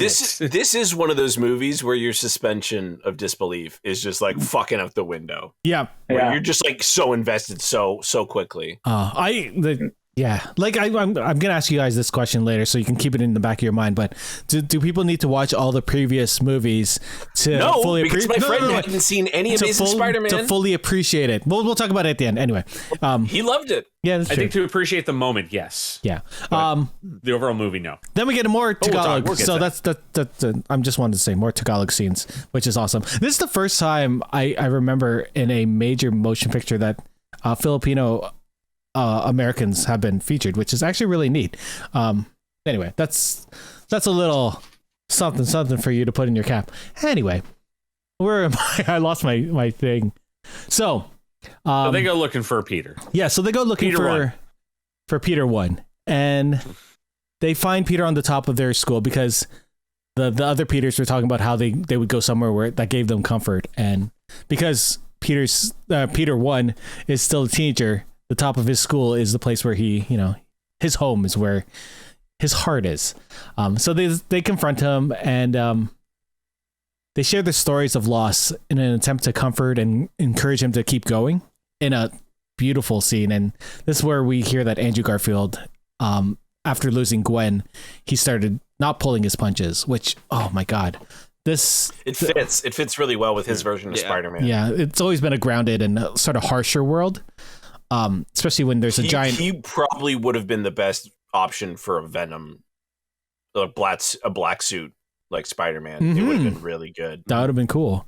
And then Toby talks about dancing. And Toby talks about how he's had it rough. He has a wife. And wait, was the wife thing later? No, he's not married. He just said they make it work. Yeah, they make it work. I didn't understand that. Yeah. They're not. I mean, I think it's just like his life sucks because you don't have a Spider-Man if his life doesn't suck. Yeah, and he and his MJ is just like it is. It is what it is. And that's our life, and we'll have to live with it. They're probably not well off, and he fights crime, and she's a struggling actress probably forever. How amazing! This is where I want to come back. Sorry, this is where I want to come back to that question that I wanted to posit. Go for earlier. It. So when they're talking about their versions of their universes and that, like he's saying like, I lost Gwen, she was my MJ, and Toby is saying, like, oh, I have my MJ, Mary Jane, and then it's like, oh, my MJ is Michelle Jones. Mm-hmm. So they're all talking about like their different versions of who they had, and then they're talking about how like, oh, Gwen Stacy was the one that I lost, and oh, I lost my Uncle Ben, you lost your Aunt May. So what I'm wondering is, was there actually an Uncle Ben in this universe? They do say never. There was, they mentioned because it. like I don't remember him ever mentioned. And he was not on the tomb. He was not on a shared tombstone with May at the end, which I was looking for. There was a reference in Far From Home. Remember when Peter takes the suitcase out to pack for going to? This was your uncle's suitcase. Yeah. Yeah. Ben. Yeah. Yeah. But I'm guessing that in this universe, he was not like nearly the figure that he is in the other one. It's hard to say, right? I don't see him having much influence over his life the way that May did. Well, and he clearly died when Peter was others. much younger because he died before Peter was like halfway through high school. Yeah, but right. Do you guys remember back in Civil War when Tony Stark was talking with Peter in the bedroom and that and he's asking, why do you do this, and he's like, well, because I have all these amazing powers and that, and if when you don't use them for the right reasons and that, bad things happen to the people you care about. Mm-hmm. I think I'm kind of paraphrasing. Yeah. I always thought that was a reference to Ben. Yeah, so did I. That it happened off screen and that And I always thought that Tony represented the father figure that he didn't have because Uncle Ben was not a big part of his life the way he is in the other ones. I always thought that Tony replaced that father figure, like he would continue on from there. But without the lessons, like Tony doesn't teach him anything. Well, he teaches him a little bit, right? Yeah. If you're nothing without the suit, you're nothing with the suit. Right? Yeah. there's a shared scene where they all say, with great power comes great responsibility, and I thought that was a really touching moment to see all three of them do it at the same time in that moonlight. Well, that's the moment. That's the moment they all realize it's like we We're the do same. have our we shared do have trauma, that, right? Like that is Like, yeah. that is like the pinpoint line that kind of grazes between all their multiverses. It's like it's consistent. That's their nexus event. It feels like that's the thing that makes them all say, I got to keep doing this. That's what makes me keep doing this. Does anyone else feel like I thought, because Andrew Garfield was like, well, she's my MJ, like he goes back to his universe and he's like, maybe I'm wrong. Like maybe Gwen wasn't my MJ because that was like high school. And this guy's married and he's like 45 and this kid's like however age, and then he goes and he bumps into this redhead. Yeah. Or something. Like he's gonna redeem himself. I think that Toby I love that. I think that Toby makes him realize that it's okay to move on. To not always think about Gwen. Like Gwen's an important part of his life, but it's not the only part of his life. And I think that's an amazing lesson as well. That just really quickly. Has anyone else watched this current season of Curb Your Enthusiasm so far? No, Not yet. I'm sorry, but what Dave said just brought me up to it's a plot point on this season where Leon is dating a woman who's named Mary also Ferguson. in Spider-Man. Yeah. So on the Big show, he's smooth. dating a woman named Mary Ferguson, and he buys tickets for the two of them to travel all around China together, and then they break up, and he has these non-refundable tickets. So one of the storylines of the season is him trying to find another Mary Ferguson that he can take to China with him. So it just made me think that like Mary Garfield's Jane. going back going like, Yeah. Mary Jane, MJ. That would be funny. So we get this little montage of them trying to make these little cures, and they have this amazing scene where they find out that Toby has organic web shooters. Oh, that's so good. So good. Does that come out of anywhere else? No. Do you ever get a blockage? Like, I love 'cause that he I've was been like- in fights I run out. Yeah. Once. I had Really? an existential Yeah, crisis. Existential crisis. I've had those before. When oh my he god. called it out, because he's older. He's like, yeah, it was I was 25. I had an existential crisis. I'm jumping ahead, but I also love like when they're talking about it at the point where they're going to fight the guys and everything. But they're like talking about who's the toughest guy you fought, and they're all going through the list. But then like he's like, oh, I fought an alien once, but we were in space. And then like Tobey Maguire's like, I'm still on the fact that you said you fought an alien in space. Like, Where's that guy? There's a Andrew Russian Garfield's guy in just a rhinoceros costume. Yeah, Poor Andrew Garfield. his was so like his. It's so funny. Oh man. So the Peters decide to lure all the villains to the Statue of Liberty, now getting retrofitted with Captain America's shield. And One thing before we go to this is also I thought it was really funny is like when Ned goes to ask them like, do you guys have best friends? Do you have a best friend? And they're like, yeah, I had a best friend and he died in my arms. And they're talking about how their best friends have all died. And then Ned's just like, and then he goes up to him. He's like, Peter, I promise I'll never turn evil and try to kill you. Well, that's the thing. In the comics, he turns into Hobgoblin. He becomes a Hobgoblin. version of the Hobgoblin. But that's the thing. I feel like they've set this up really nicely where I could picture this happening now. I hope not, but I could see it. I hope. I hope. The line in that scene that made me laugh, and I think I was the only one in the theater laughing, was the "You're amazing. You're amazing. Oh God, I was You're dying. amazing." I And thought I'm it was like, so I good. think I'm the only one here that gets that joke. I was crossing I was like, Tobey Maguire, say like Andrew Garfield, now say he's spectacular. Yeah. Like say he's something. Say he's sensational. Say something, right? Like Oh, and then they also do the back issue thing with Toby. Oh man, Maguire. so many good callbacks. So giant fight at the Statue of Liberty. Peter 2, which is Toby, ends up curing Marco while Otto returns to help cure Dylan, which is Electro. Ned ends up freeing Doctor Strange from the Mirrorverse, but his box spell gets destroyed by Osborn, which then ruptures the barriers separating the universes. I just want to talk about how fucking amazing this looked, because we'd seen it in Loki, right? We'd seen the branching universes. Well, we hadn't seen it from the actual universe. Like, this is just incredible. What'd you guys think? The scale of it, like, kind of cool. Yeah, it was really cool. I just love the fact that because like as it split and you saw these specters kind of all over the place. who did you guys see? I thought I saw Craven. I thought I saw Craven. 100%. Yeah. Craven. Okay. Yeah, I saw Craven. I saw I saw another octopus there.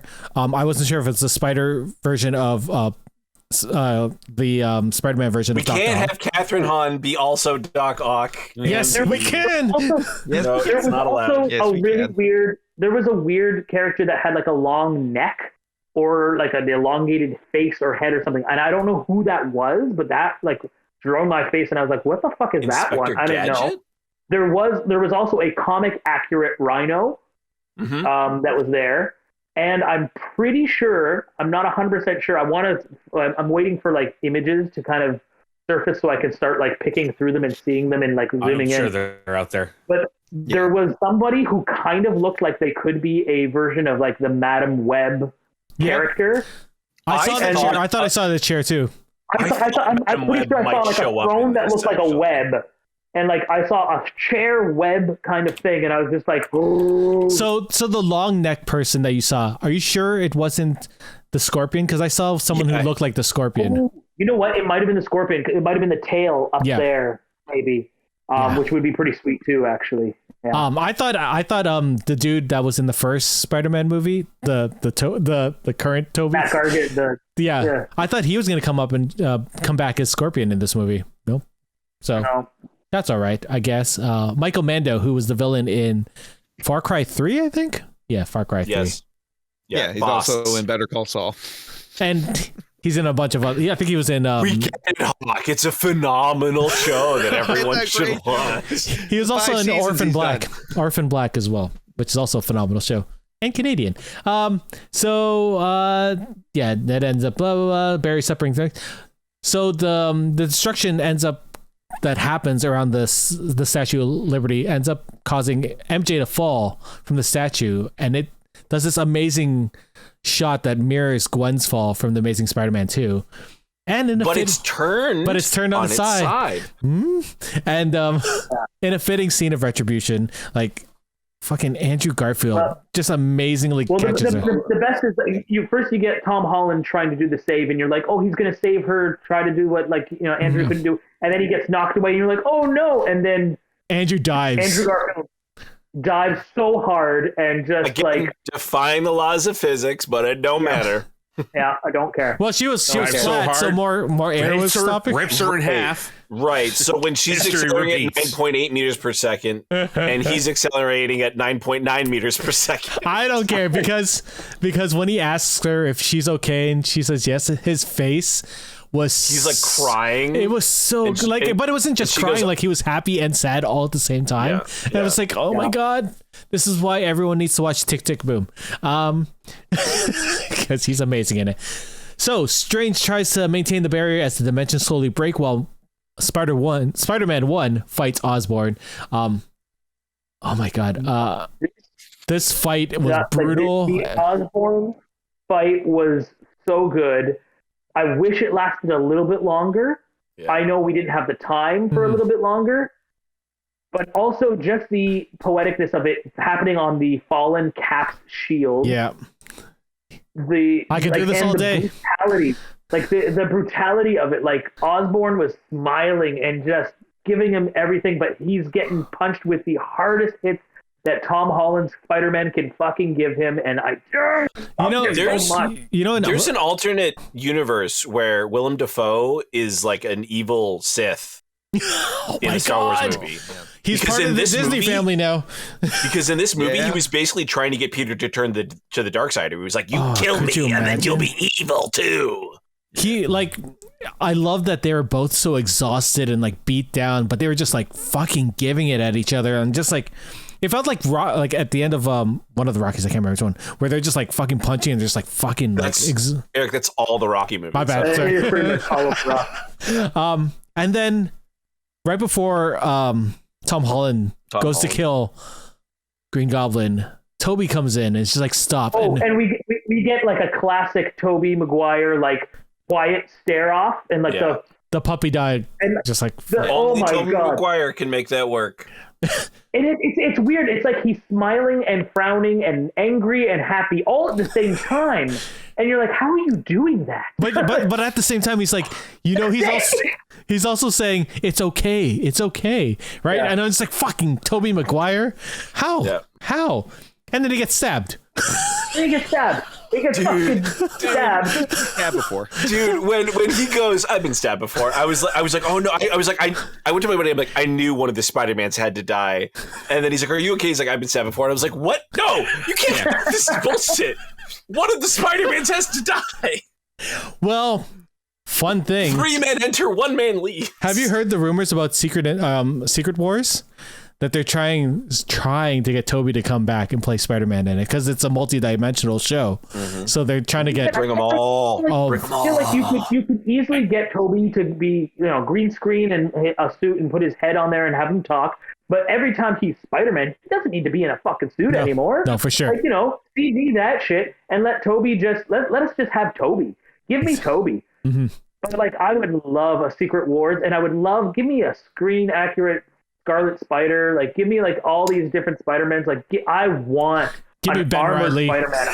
Give me a Clone Saga. Clone Saga. Oh, could it be the next ones? Yeah. Oh my god. Just a bunch of Tom Hollands fighting each other. So Peter finds out, realizes that Doctor Strange cannot fix the barriers, and the only way to save the universe is to make everyone forget about Peter Parker, because all of these people are coming to break through because they all know that he's Spider-Man. So he goes to... I don't know if that logic actually made sense, because is he making people in other universes forget who Spider-Man is as well? I think... That's what I'm wondering. I'm like, does Right? everybody just not know who a Peter Parker is anymore? Does Peter Parker officially just kind of leave everybody's memory across the multiverses? It's because sort of weird. these are characters coming from other universes, seemingly. Yeah. So if they're going to stop and they're not going to come through, essentially they forget who Peter Parker is. That means they forget who their Peter Parker is. Because right? they're coming through because it's attracting people who know who Peter Parker is, right? Yeah. Yeah. And That's what it was. Which is also very convenient that only 2 Spider-Men came through, but 2 villains came with each of them, or 3 villains came. Do we know for certain that there was only 2 Spider-Mans that came through? Yeah, we don't know. No.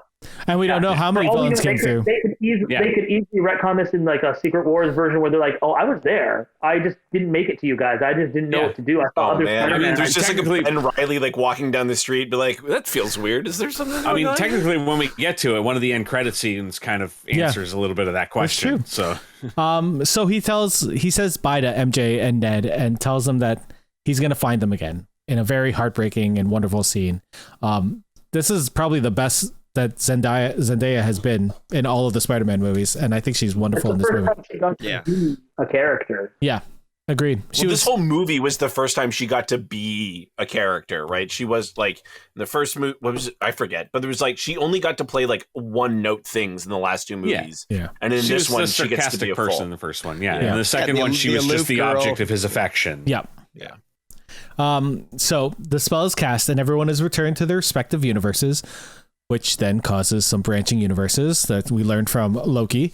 And 2 weeks later, Peter visits MJ and Ned and try and reintroduce himself to them, but decides against it. He sees that they're happy in their moment and they're off to go to MIT and like, so he goes to go talk to May about things to go and grieve. And he meets up with a forlorn Happy, who in a fucking amazing, and I'm gonna be really sad to not see him in any more Spider-Man movies because Jon Favreau is beautiful in the scene, and he talks about how he lost Tony and how he keeps fighting and how he knew May and how May's work was really important, and oh my god, it convinces Peter that he needs to continue to be Spider-Man, and we see Spider-Man go into his apartment. His little shitty apartment, like we've seen in so many other media. Police scanner. Makes his new suit. Yeah. What? You broke up again. Just the rent guy, like the rent is due at the first of the month or whatever. Don't I be late. was hoping it would be that voice, like the rent is due. And then his daughter's in the hallway. I can make more cookies. So Peter decides that he needs to make a new suit because his was destroyed and he needed to continue people. And we see a very comic accurate suit. Like I Classic, wish. Dude. angly, like it's the classic suit that they have in the video game. Yep. Yeah. Like it's that kind of Spider-Man. It and was I the fucking loved 90s it. animated suit is what it Oh, Oh was. yeah. I loved it. I was so excited. I was like, yeah. When I saw it, I don't know if they showed it in any of the trailers or commercials, but I want to see more of it. Like nothing. that's a gorgeous fucking suit. The only one that we saw through the trailers and was the Black one? like the nanotech one and the black one. Which was nothing. The black one was nothing. It was a Black suit one is in. just an Oh, inside the out. nanotech one turned inside out. My God. So we get 2 post-credit scenes. The first one, we get Venom in a bar with Danny Rojas, and Danny Venom is and Danny's explaining the Avengers to Eddie Brock / Venom in the funniest fucking scene. And oh my God, You got a guy who's in a team. Lost you. Lost you. yeah. Anyway, he enjoyed it. He's okay. It's so good, and I hope. And then Eddie Brock unfortunately gets zapped back to his own universe, which makes me But sad. there's a little piece of something behind. Yeah, and which doesn't make sense, but okay. I'm confused because we see Spider-Man in the Morbius trailer, and fucking like apparently that's all connected. I know it's very confusing. Okay. I like the idea that the Venom is now part of the MCU. I'd heard that the positive of the question is why the symbiote was left behind was so that they had the option to hire another actor to play Eddie Brock if Which they wanted. sucks because I like Tom Hardy. Well, they still could bring him in. Yeah. Like it still could be him, but they want to leave that option open because they don't know when they want to introduce Venom into the Spider-Man movies. Well, okay, so I have a question about Venom being there. The idea is the only people that made it into this universe are the people who know who Peter Parker is and know about Spider-Man. I can answer this Me question. too, but you can do it, Dave. Okay. I think I know the answer. Because at the end, the post-credit scene of Venom 2, Let There Be He Carnage, says, I'm going to share all my information. across the universe, across universes, we share a hive mind. So any Venom, like for instance, Topher Grace's Venom, who knows who Peter Parker is, means all Venoms, all symbiotes know Peter Parker is Spider-Man, which I think now they don't. But his does, and that's why he's pulled in. That's the only reason why he's pulled in at all. And that's why he says that guy when he points to him at the end of the Venom. Because he's drawing, because it's also specifically because you've noticed, so this is what we're talking about. They get pulled in basically the moment they learn Peter Parker's identity. And the moment he learned Peter Parker's identity is when Eddie and his symbiont attached to the hive mind, right? That's when that knowledge is downloaded. Yeah. That's awesome. Okay. Yeah. Yeah, so it makes sense. I'm satisfied with that. I am very satisfied. So I'm getting they did not think of that, but I'm betting that a lot of us did. I think I think Tom Hardy thought of that. Yeah. But it still doesn't make sense as to why the piece of the symbiote sticks around. No, it doesn't. We're going to ignore it. We're just going to just let it be. The symbiotes do get to play. So here's the thing. We know in Thor: Love and Thunder, Gore the God Butcher is the villain. Yep. Gore the God Butcher wields the all-black sword, which is made of a Venom symbiote. Well, not Venom specifically, but a symbiote, one of the Clintar, which was originally wielded by Null, the god of the symbiotes. So the symbiotes have multiversal power, clearly. They can do shit through the multiverse. And I'm just thinking, like the Venom symbiote that gets zapped back, wouldn't all of its symbiote bits have the same memory be zapped back too? Here's the thing. Right? If that piece leaves first, it's like the Thing, right? When just like a little tiny piece of Venom became Carnage in the sequel. So once that Carnage thing becomes is his own symbiote.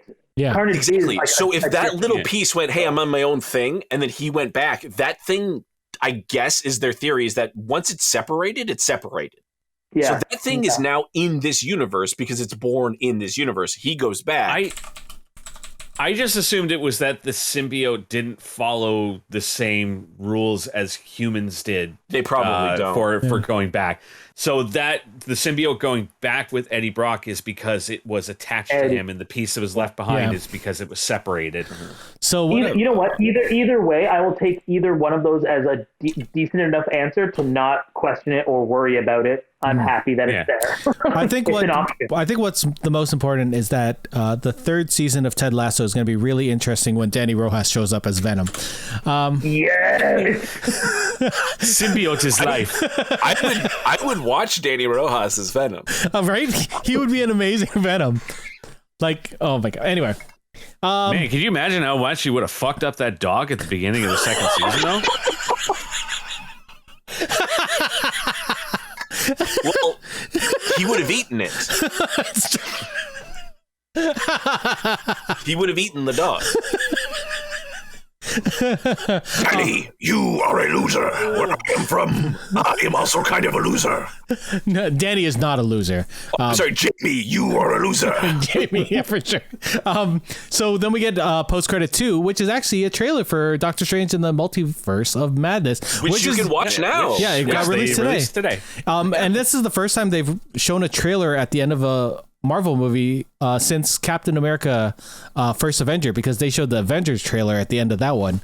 It felt like a cop-out to me to just play a trailer. It was like, it's a post-credit scene. I'm like, this is just a trailer. Yeah, I would have loved to see a scene that branched this Doctor Strange, like the Doctor Strange in this movie, to the movie that we're seeing in May. We essentially got a trailer a week early. Yeah. Not even, like 5 days. But big deal. What did we think of the trailer? Like, I'm very excited by the trailer. Yeah. I love that a Spider-Man movie that had Sam Raimi's Spider-Man ended with stuff obviously directed by Sam Raimi. Yep. I wish it wasn't just a trailer, maybe, but like a scene would have been cool. Well, yeah. we got some neat things. We got to see the Sorcerer Supreme show up from What If. We see that we obviously knew that Wanda is back, but we get to see her in full gear. We get to see Rachel McAdams reprise her getting married, apparently, right? To Not Strange. They're not strange. Yeah. And we see the multiverses. We don't know what's infinite. We also see the back of America Chavez, or Miss America, played by Say It Hawk, because I forgot what you said. Let me see if I can still find it. Hold on. Hold on. Do it. Sauchil Gomez. That's amazing. Sauchil Gomez. It's I don't know if this is right, but it says Gomez on the pronunciation. Dave Jones. Like I'm looking forward to seeing her character, because she's another one of the young Avengers that's getting introduced into the MCU. Her power is that she can kick and punch her way through universes, through dimensions. So it makes sense that she's in this movie. They'll need that. Yeah. I am so excited. Yeah. Oh my god, she was born in 2006. Now I feel old. That's awful. Yep, she was a teenager. But yeah, you are. I'm most excited. It's fuck. This movie looks insane. Like I remember seeing Doctor Strange 1. I saw it in 3D, and that Dormammu, like every time they went to the multi-dimensional spots, and then the Dormammu sequence at the end, like if that's all done by Sam Raimi, and like we've only seen a little bit, like I can only imagine how fucking crazy this movie's gonna be. Now, is the plan for this Doctor Strange movie to still be considered a horror movie? I don't think so. Probably somewhat. I would imagine. When they first announced Sam Raimi behind it, yeah, probably a little bit. Yeah, it's gonna be a darker movie than we're used to as far as Marvel movies go, which is fine. Yeah, sure, but like a darker movie could still be just like, oh, it's very upsetting. I'm hoping there's genuine jump scares. I'm hoping there's actual suspense where I'm literally like crunching. Does Sam Raimi really do jump scares anymore, though? Yeah, he does. I think he's still got him in his repertoire. He hasn't directed anything since Oz the Great and Powerful. That was a jump scare in itself, but it was bad. We haven't mentioned Mordo. Mordo's back. Oh, Mordo, but Mordo with dreads. Probably not our universe's Mordo, if you think about it. Yeah. He looks different. He's not pissed at Strange. Yep. I'm really hoping that we have gotten the What If version of our evil Doctor Strange. It certainly seems like it. For sure, man. They call him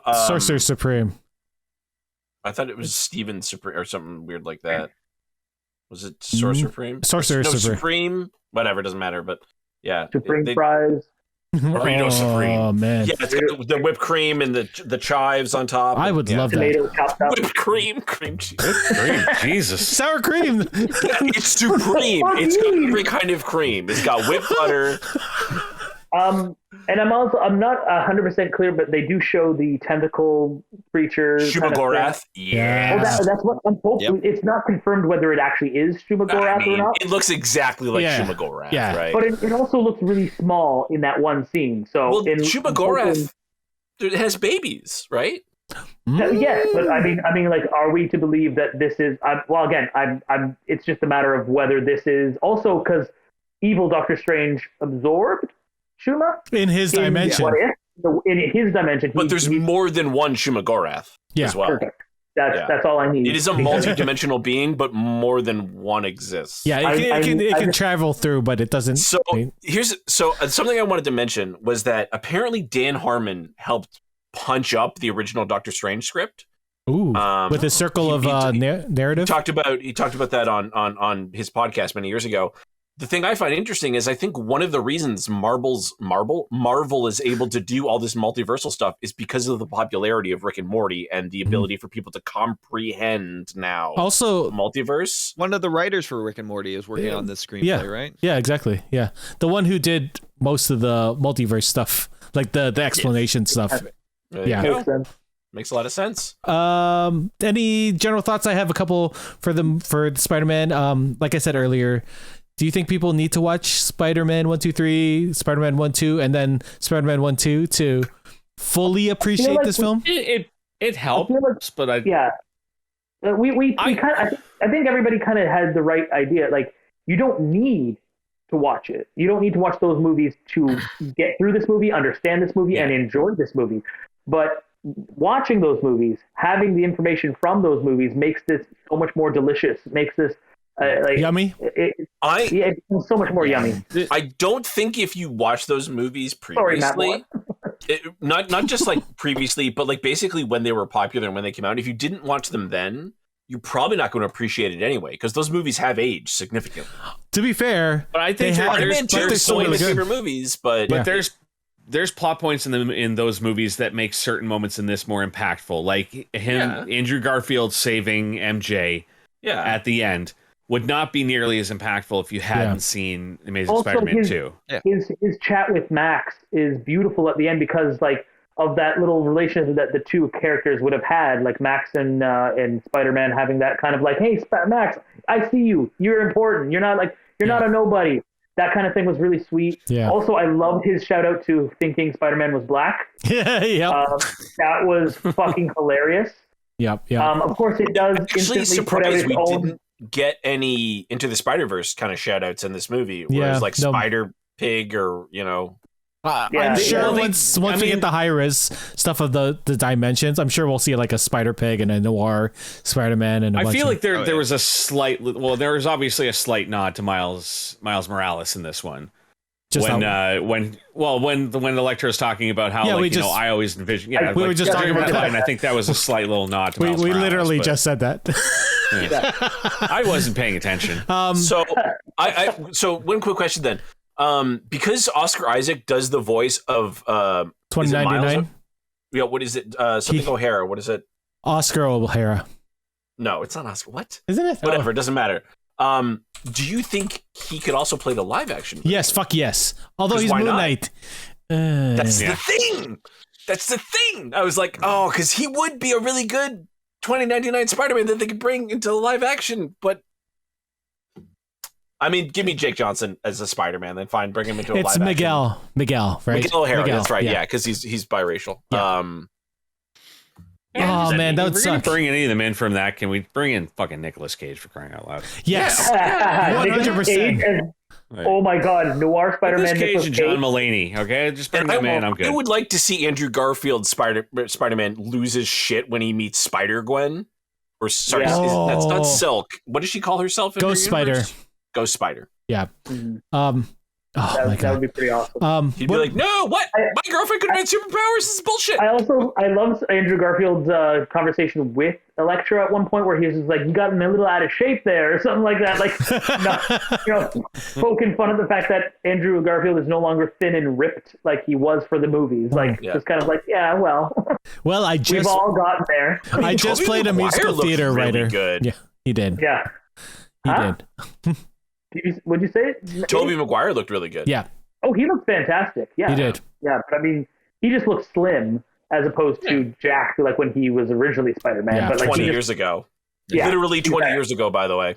Yes, for sure. And he still looks fantastic for that timeline to have passed. So, like, well done, Toby. They must have done a little bit of de-aging on him. I don't know. He looks like him now. No, he's always been really young looking. I didn't think they did. That seems unnecessarily expensive. 2007 was the last Spider-Man with Toby. 2007. Yeah. So 14 years. He is supposed to be an older Spider-Man to begin with. He actually kind of states that he's been doing it for a while. So, I guess that makes. What are your thoughts on this sort of soft reboot? Like, now that no one knows that he is, and perfect. Give us a ground level Spider-Man with Daredevil. And give me Daredevil. Fucking yes, Daredevil and Spider-Man. Well, at this point, the best part about this whole thing is we can reintroduce anything, anyone, any character, any villain. Yeah. Like, whatever you want can be reintroduced or recreated or made in a different way. And we have to believe it because he is now a base level blank Spider-Man, but he has all the know-how of Spider-Man. We've gone through 3 movies for an origin story. We don't need none of that shit. You can start us off at like a hype level. Now we have at that sense, after just watching a movie which was bringing back all of these past villains for one, would you really want another movie later on where we bring back past villains again? No, but I want to see Kingpin. I want to see Kingpin. I want to see Kraven. I want to see Venom. I want to see a better Venom. Dan. Listen, I want to see my favorite Spider-Man villains. Okay, I want to see Tombstone. I want to see who's the other guy with the hard head coming in at some point too. Like his name is constantly being brought up. Hammerhead. Hammerhead. I want to see the guy with the spots, and I want to see Chameleon. See these shitty fucking Spider-Man villains, where he's just taking them out like nothing. Oh man. But I feel like Suicide Squad of it all. Find the most obscure fucking characters possible, and let's make them superstars. Oh my god. What do you think of? Well, now that we've introduced Matt Murdock into the Spider-Man verse, do you think, like, I can fully see them teaming up? Like, either give me Daredevil season 4 on Disney Plus, or give me a fucking Daredevil movie with Charlie Cox, and everybody comes back because they were all unreal.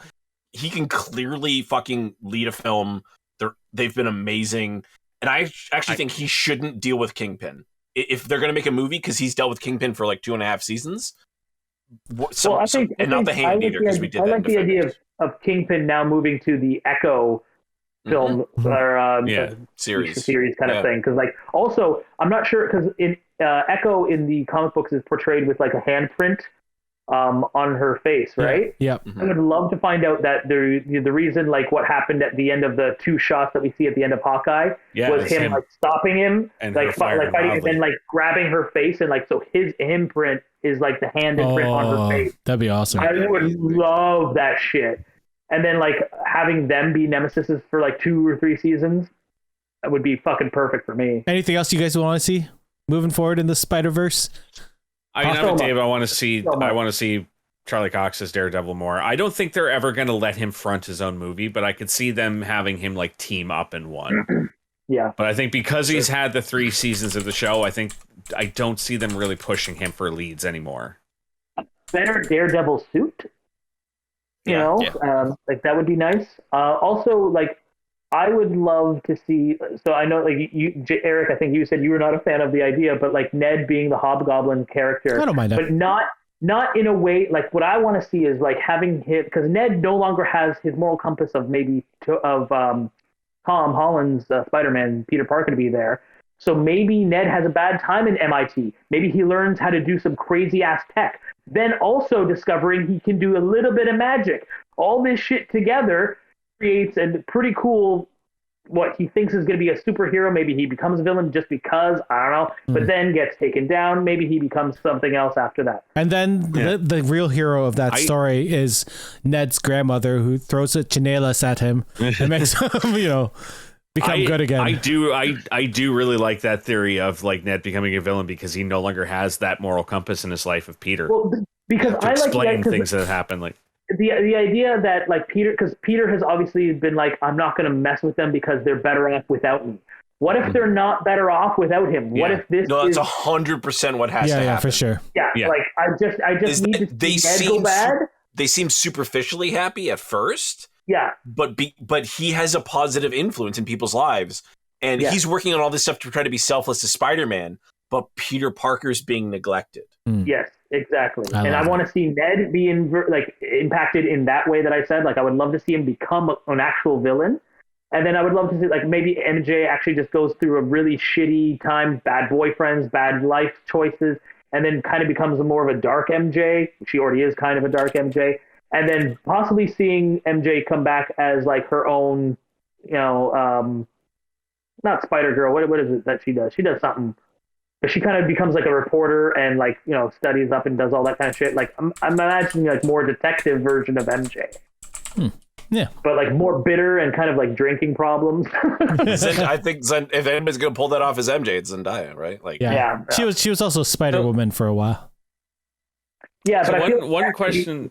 Maybe not done. So one question I have for you guys is one thing that surprised me was like I knew going in there was going to be the 5 villains, and I really thought that there was going to be a 6th one that they have really been keeping secret, so that this would officially be the Sinister Six movie. Well, did you miss the tree? It was the tree. Yeah, I love that Electro. It's a regular tree, man. It's just a regular tree. It's a normal tree. So my question to posit to you guys is, do you think that this movie, like not doing the 6 and actually doing a Sinister 6, but still having the 5, do you think it killed any chance of a Sinister 6 movie coming up? No, in the future? not at all. We don't need a Sinister 6 movie. We don't need 6 villains. Well, Spider-Man is fine fighting. But they think we do. They have been pushing that for years, and I thought that that's what this movie was. This movie was Sony has been. I feel like that itch. I feel like Marvel knows better. Kevin Feige was kind of put in charge of, like, Sony was like, all right, Kevin, you can, and Kevin probably went, you don't need 6. Yeah, it's fine. Well, I feel like this is the closest we're actually going to get to a Sinister 6. I feel like if they ever do want to approach an actual Sinister 6 movie, it shouldn't be a Spider-Man movie. It should be a Sinister 6 movie. Which is what they're planning on doing. It would be a movie that is following the villains, following them, and then like seeing maybe them all turn on each other or something. I don't know. But like, rather than you just do what you do with Vulture, and you show people being screwed over by the system, and they're like, "Fuck, man, how am I going to pay my bills?" Like, if you've seen like Harsh Times or Fuck Training Day and stuff like that, where it's just like, like I just need to put food on the table. Like Matt Gargan is just like a thug, right? Yeah. Like we haven't seen a Batman movie from that perspective either, and we should, right? Because a lot of these people are just trying to get by in a place where jobs don't pay well. Like we live in a society. We live in a society that's already kind of like people. Jobs aren't paying well enough. People will get desperate over time, and people will identify with that. And in the end, they go, "All right, fuck it. You got superpowers. I got superpowers. J. Jonah Jameson's going to buy me a fucking suit that makes me as strong as Spider-Man. Let's do it. He's stopping us from being able to feed our families. Fuck that guy. Let's go." And that's how the movie reminds ends. me of that. That Brian Azarad graphic novel of the Joker, where it's all told from the perspective of this guy who's just one of Joker's thugs, hanging out with him all the time, and it's just so pathetic. It's like it's pathetic, but it's still fascinating to look at. Yeah. Marvel is almost kind of like ready to do something like that, but they're taking a backseat to see what people will respond to in those kind of situations. For example, let's wait and see what happens with Black Adam, where our protagonist is basically a villain, and we're going to cheer for him, kind of. Let's see how that audience responds to that, and then if they're like, oh, people like to see the villain movie, let's bring them the biggest villain movie. Let's do the Sinister Six. Bring in David Ayer and just let him go nuts. Yeah. Right? Like they should have let him do with the Suicide Squad. They're giving us plenty of because Suicide Squad's a pretty good example of we're cheering for mostly villains at this point, put into a situation where they're the heroes, but they are villains. And by all accounts, that movie was fucked up by studio interference, not what David Ayer envisioned. Yes. Well, they had to change the villain like halfway through the movie. That doesn't make sense. Yeah. I'm gonna posit something to you guys. Do you think this movie would have been possible if Into the Spider-Verse wasn't such a massive success? Yeah. Yes. Oh yeah, for sure. Do you think they still would have dipped their toes in here? I told you, Rick and Morty. This movie was an inevitability. This was an inevitability. Like that this was going to happen. Like the multiverse was an inevitability for the coming into the MCU. Them trying to connect all of these dots together and pull in all of these major villains, that was inevitability. It was just a matter of which franchise was going to do it first. I would have never thought we could get a Spider-Man version of Endgame so soon after Endgame that would work this well. Yeah. Yeah. That's arguably, this is a better movie than Endgame. Endgame was a lot of fan service, as was this. But I think just as a movie, like this game had a lot fewer plot points or plot holes, I should say. Yeah, well, there are plot holes in both movies, clearly. But Endgame like this was a good conclusionary story. This was a good all-around story.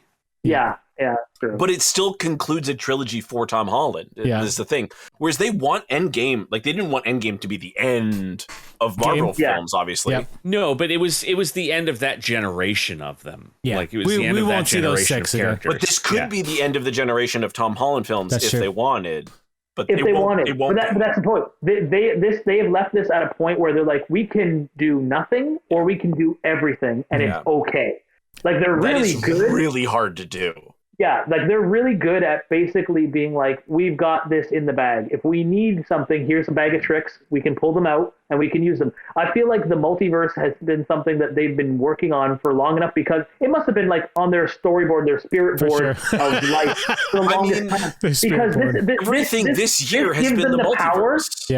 This gives them the power to explain away whatever they want, but they do it in such a way that it makes sense to us, the sheep that are following along, saying yes, give us more, we're good, we understand, we're meatballs. But or a llama. I feel like a goat. Kicks the llama's ass. Eric, you're not dabbing. I want my 500 tacos back. Listen, you redeem the dab. You can dab yourself.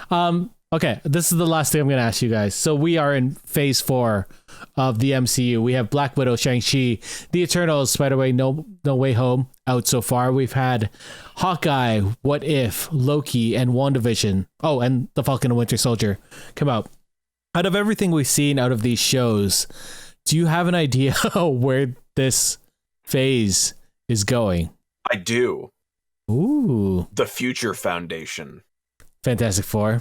Save Tom Holland's Spider-Man movie for, hey, we need you in the Fantastic Four. Wolverine, Spider-Man, She-Hulk. Well, and I don't know who the last one is. But so Mark Webb, who directed the Spider-Man movie, he's directing the Fantastic Four movie. Right. And writing it. At the end of the Fantastic Four movie, Kang zaps them out of time. And there's no Avengers. And then, but we need the Fantastic Four. So Spider-Man, Wolverine, and She-Hulk and someone else team up. And they make the Future Foundation, or whatever, their version of the... I'm like, fuck it, why not? So we can have... Because Wolverine's not going to be an Avenger, right? But we can have Spider-Man be in both. He might be. We never know. I'd love it. I'd love to see it. Get the cool white suits. Oh, man. Marcus, sorry, you were saying something? Yeah, there was a brief, almost cameo version of Kang. Because when they first do the tear happening, not the one where all the Spider-Man villains are showing up, when Doctor Strange is like, stop fucking up with the spell, and like there's all the rips happening and stuff like that, there's a part where it tears open for a second and you see this white sparkly kind of figure almost in like space kind of feel, but all of a sudden it just feel like it goes like this. And I was just like, was that supposed to be Kang? Because like, what if it's not Kang? What if it's Doctor Doom? Because if they're doing Secret Wars, why don't they do Battle World? Okay, Eric, you were asking, what do I want to see? More than anything else, I want to see a proper Doctor Doom come to the fucking screen. Yep. Because I'm so pissed off with every Doctor Doom that I've seen so far. I need fucking write Doctor Doom. Don't give me your interpretation of Doctor Doom. Give me straight from the motherfucking comics, Doctor fucking Kevin Doom. Feige won't have anything less, right? Like that was like the long running rumor that for starting in Phase 4 that Doctor Doom was going to become like the next major villain in the series, but then they kind of shifted towards focusing on Kang instead. But they might still be kind of introducing him. So I feel like Kang is like the mid-season like bad guy, and I think there's something what if bigger. Kang is just a ruse? Yeah. Or even better yet, like if Kang is the stepping stone that leads to Doctor Doom taking more power. No, or fuck that would be cool Galactus. too. No, I feel like Galactus isn't going to be. Galactus is going to be more of like we're going to bring him in at some point. Just That's so an we can Eternals introduce. thing. That's a Guardians of the Galaxy thing. That's not. Well, But I feel like this. I feel like Kang could be like the sub end boss, where you're like, oh my god, this is the guy I gotta fight. But then like the entire time you've been introduced to Doctor Doom, but not in a dangerous way until you find out that he's taken Kang's power. He's using Kang's technology. He's doing like I feel like him building himself up to become the big bad. So and Doctor Strange is like, wait, this is a sorcerer who's more powerful than me, and he's using technology, and he can go through he's a fucking time. genius, and he's a motherfucking genius. Yeah, I kind of and he rules his own country.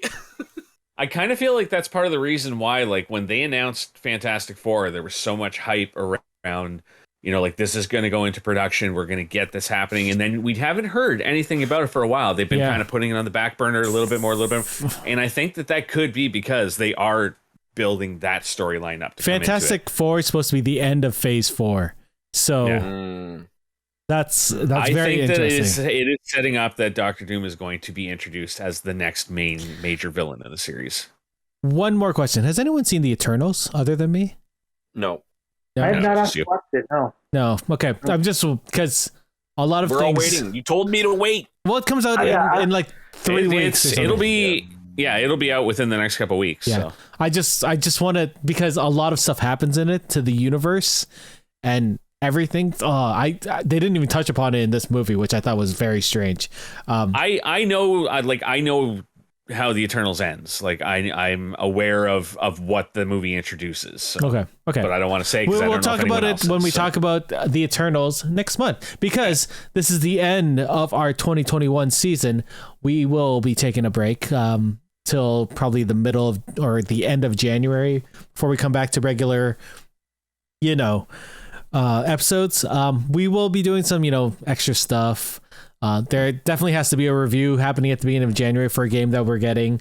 And there's, other stuff. We'll have other random episodes. I'm sure me and Hawk are going to be doing the Expanse. I'm sure you want to watch us blow our fucking brains when the Expanse ends in January, which I can't believe I'm saying, because that makes me really sad. There'll be more. Yeah, I guess. Anyway, thank you guys for coming on. Anything you guys want to say? Before we head off? Thank you guys for coming on. This is wonderful. I've enjoyed having you guys. I'm so glad Brent didn't hate this movie, because I would have jumped through the internet and beaten the shit out of it. I'm very sad I never got to use any of this Mortal Kombat shit that I wrote it down. Oh my god. I am so angry that after I sent you all those messages that you just went silent and left the conversation. I was like going, I'm like, I gotta build this up all week long. This is Eric has great. left the chat. You sent me the message, and then I was talking to Dave at the same time. I was like, Dave, Brent didn't like it. I'm looking at, I forget exactly what did I say to you. Just like Ghostbusters, they can't make something original, so they have to rely on bringing back old characters and nostalgia to drive the story, for fuck's sakes. Doctor Strange, supposed to be the most powerful wizard, fucks up a spell he calls simple. Come on, man. I will say that if you guys want to talk about The Matrix, because I know this is going to divide a lot of us, or at least people that are fans in it, I would love to just even hear your thoughts on it. I want to watch the first one again before I watch the new one. Yeah. I started watching. Oh, one last thing for all the people listening out there. I started watching the Spider-Man movies with my daughter. She's 7, and we watched the first 3 with Toby, and they've aged, but they're still actually really entertaining, and they don't look like bad or cheesy as fuck. And she really enjoyed them. Going to the Amazing Spider-Man is going to be a little bit hard, because those are a little bit more violent, a little more, down to earth and They're a little bit more serious. Yeah, but I think we're gonna do it because I really want to show her this movie. I think she would really love it. Just jump in front of the movie at the end of part 2 and be like, and then she fell in a big vat of cotton candy. Yeah, she's gonna. No, she fell in a vat of eels, dude. She's seen scary movies. She's watched the Dark Crystal. Your 7-year-old daughter seen scary movies? Scary for her movies. Let me rephrase. I'm sorry. I'm like specifically scary movies. She watched not appropriate for children. She watched Jurassic Park, man. Like she's 7. Like I think that's pretty scary. Jurassic Park came out when I was 7. It's fine. Maybe, I don't know. Anyway, again, thank you guys for coming on. Thank you everyone out there for listening. We will see you guys later. Goodbye. Bye. Bye. Happy holidays, everybody. Happy holidays. Happy New Year. Goodbye, Bye. 2021. Cherry Mistmas. Goodbye. Well, that's it for us this week on Geeks with Kids. If you want to get a hold of us, you can send us an email at podcast@geekswithkids.ca. And don't forget to like us on Facebook at facebook.com/geekswithkids. Follow us on Twitter at geekswithkidstn. Check out our pics on Instagram at geekswithkids. And you can find all of this good stuff on our website at www.geekswithkids.ca. So if you like what you hear, why don't you hit that subscribe button and leave us a comment. This podcast can be found on iTunes, Spotify, Google Play, Stitcher, YouTube, and your favorite podcasting app. Thanks again for listening, and we'll see you next time.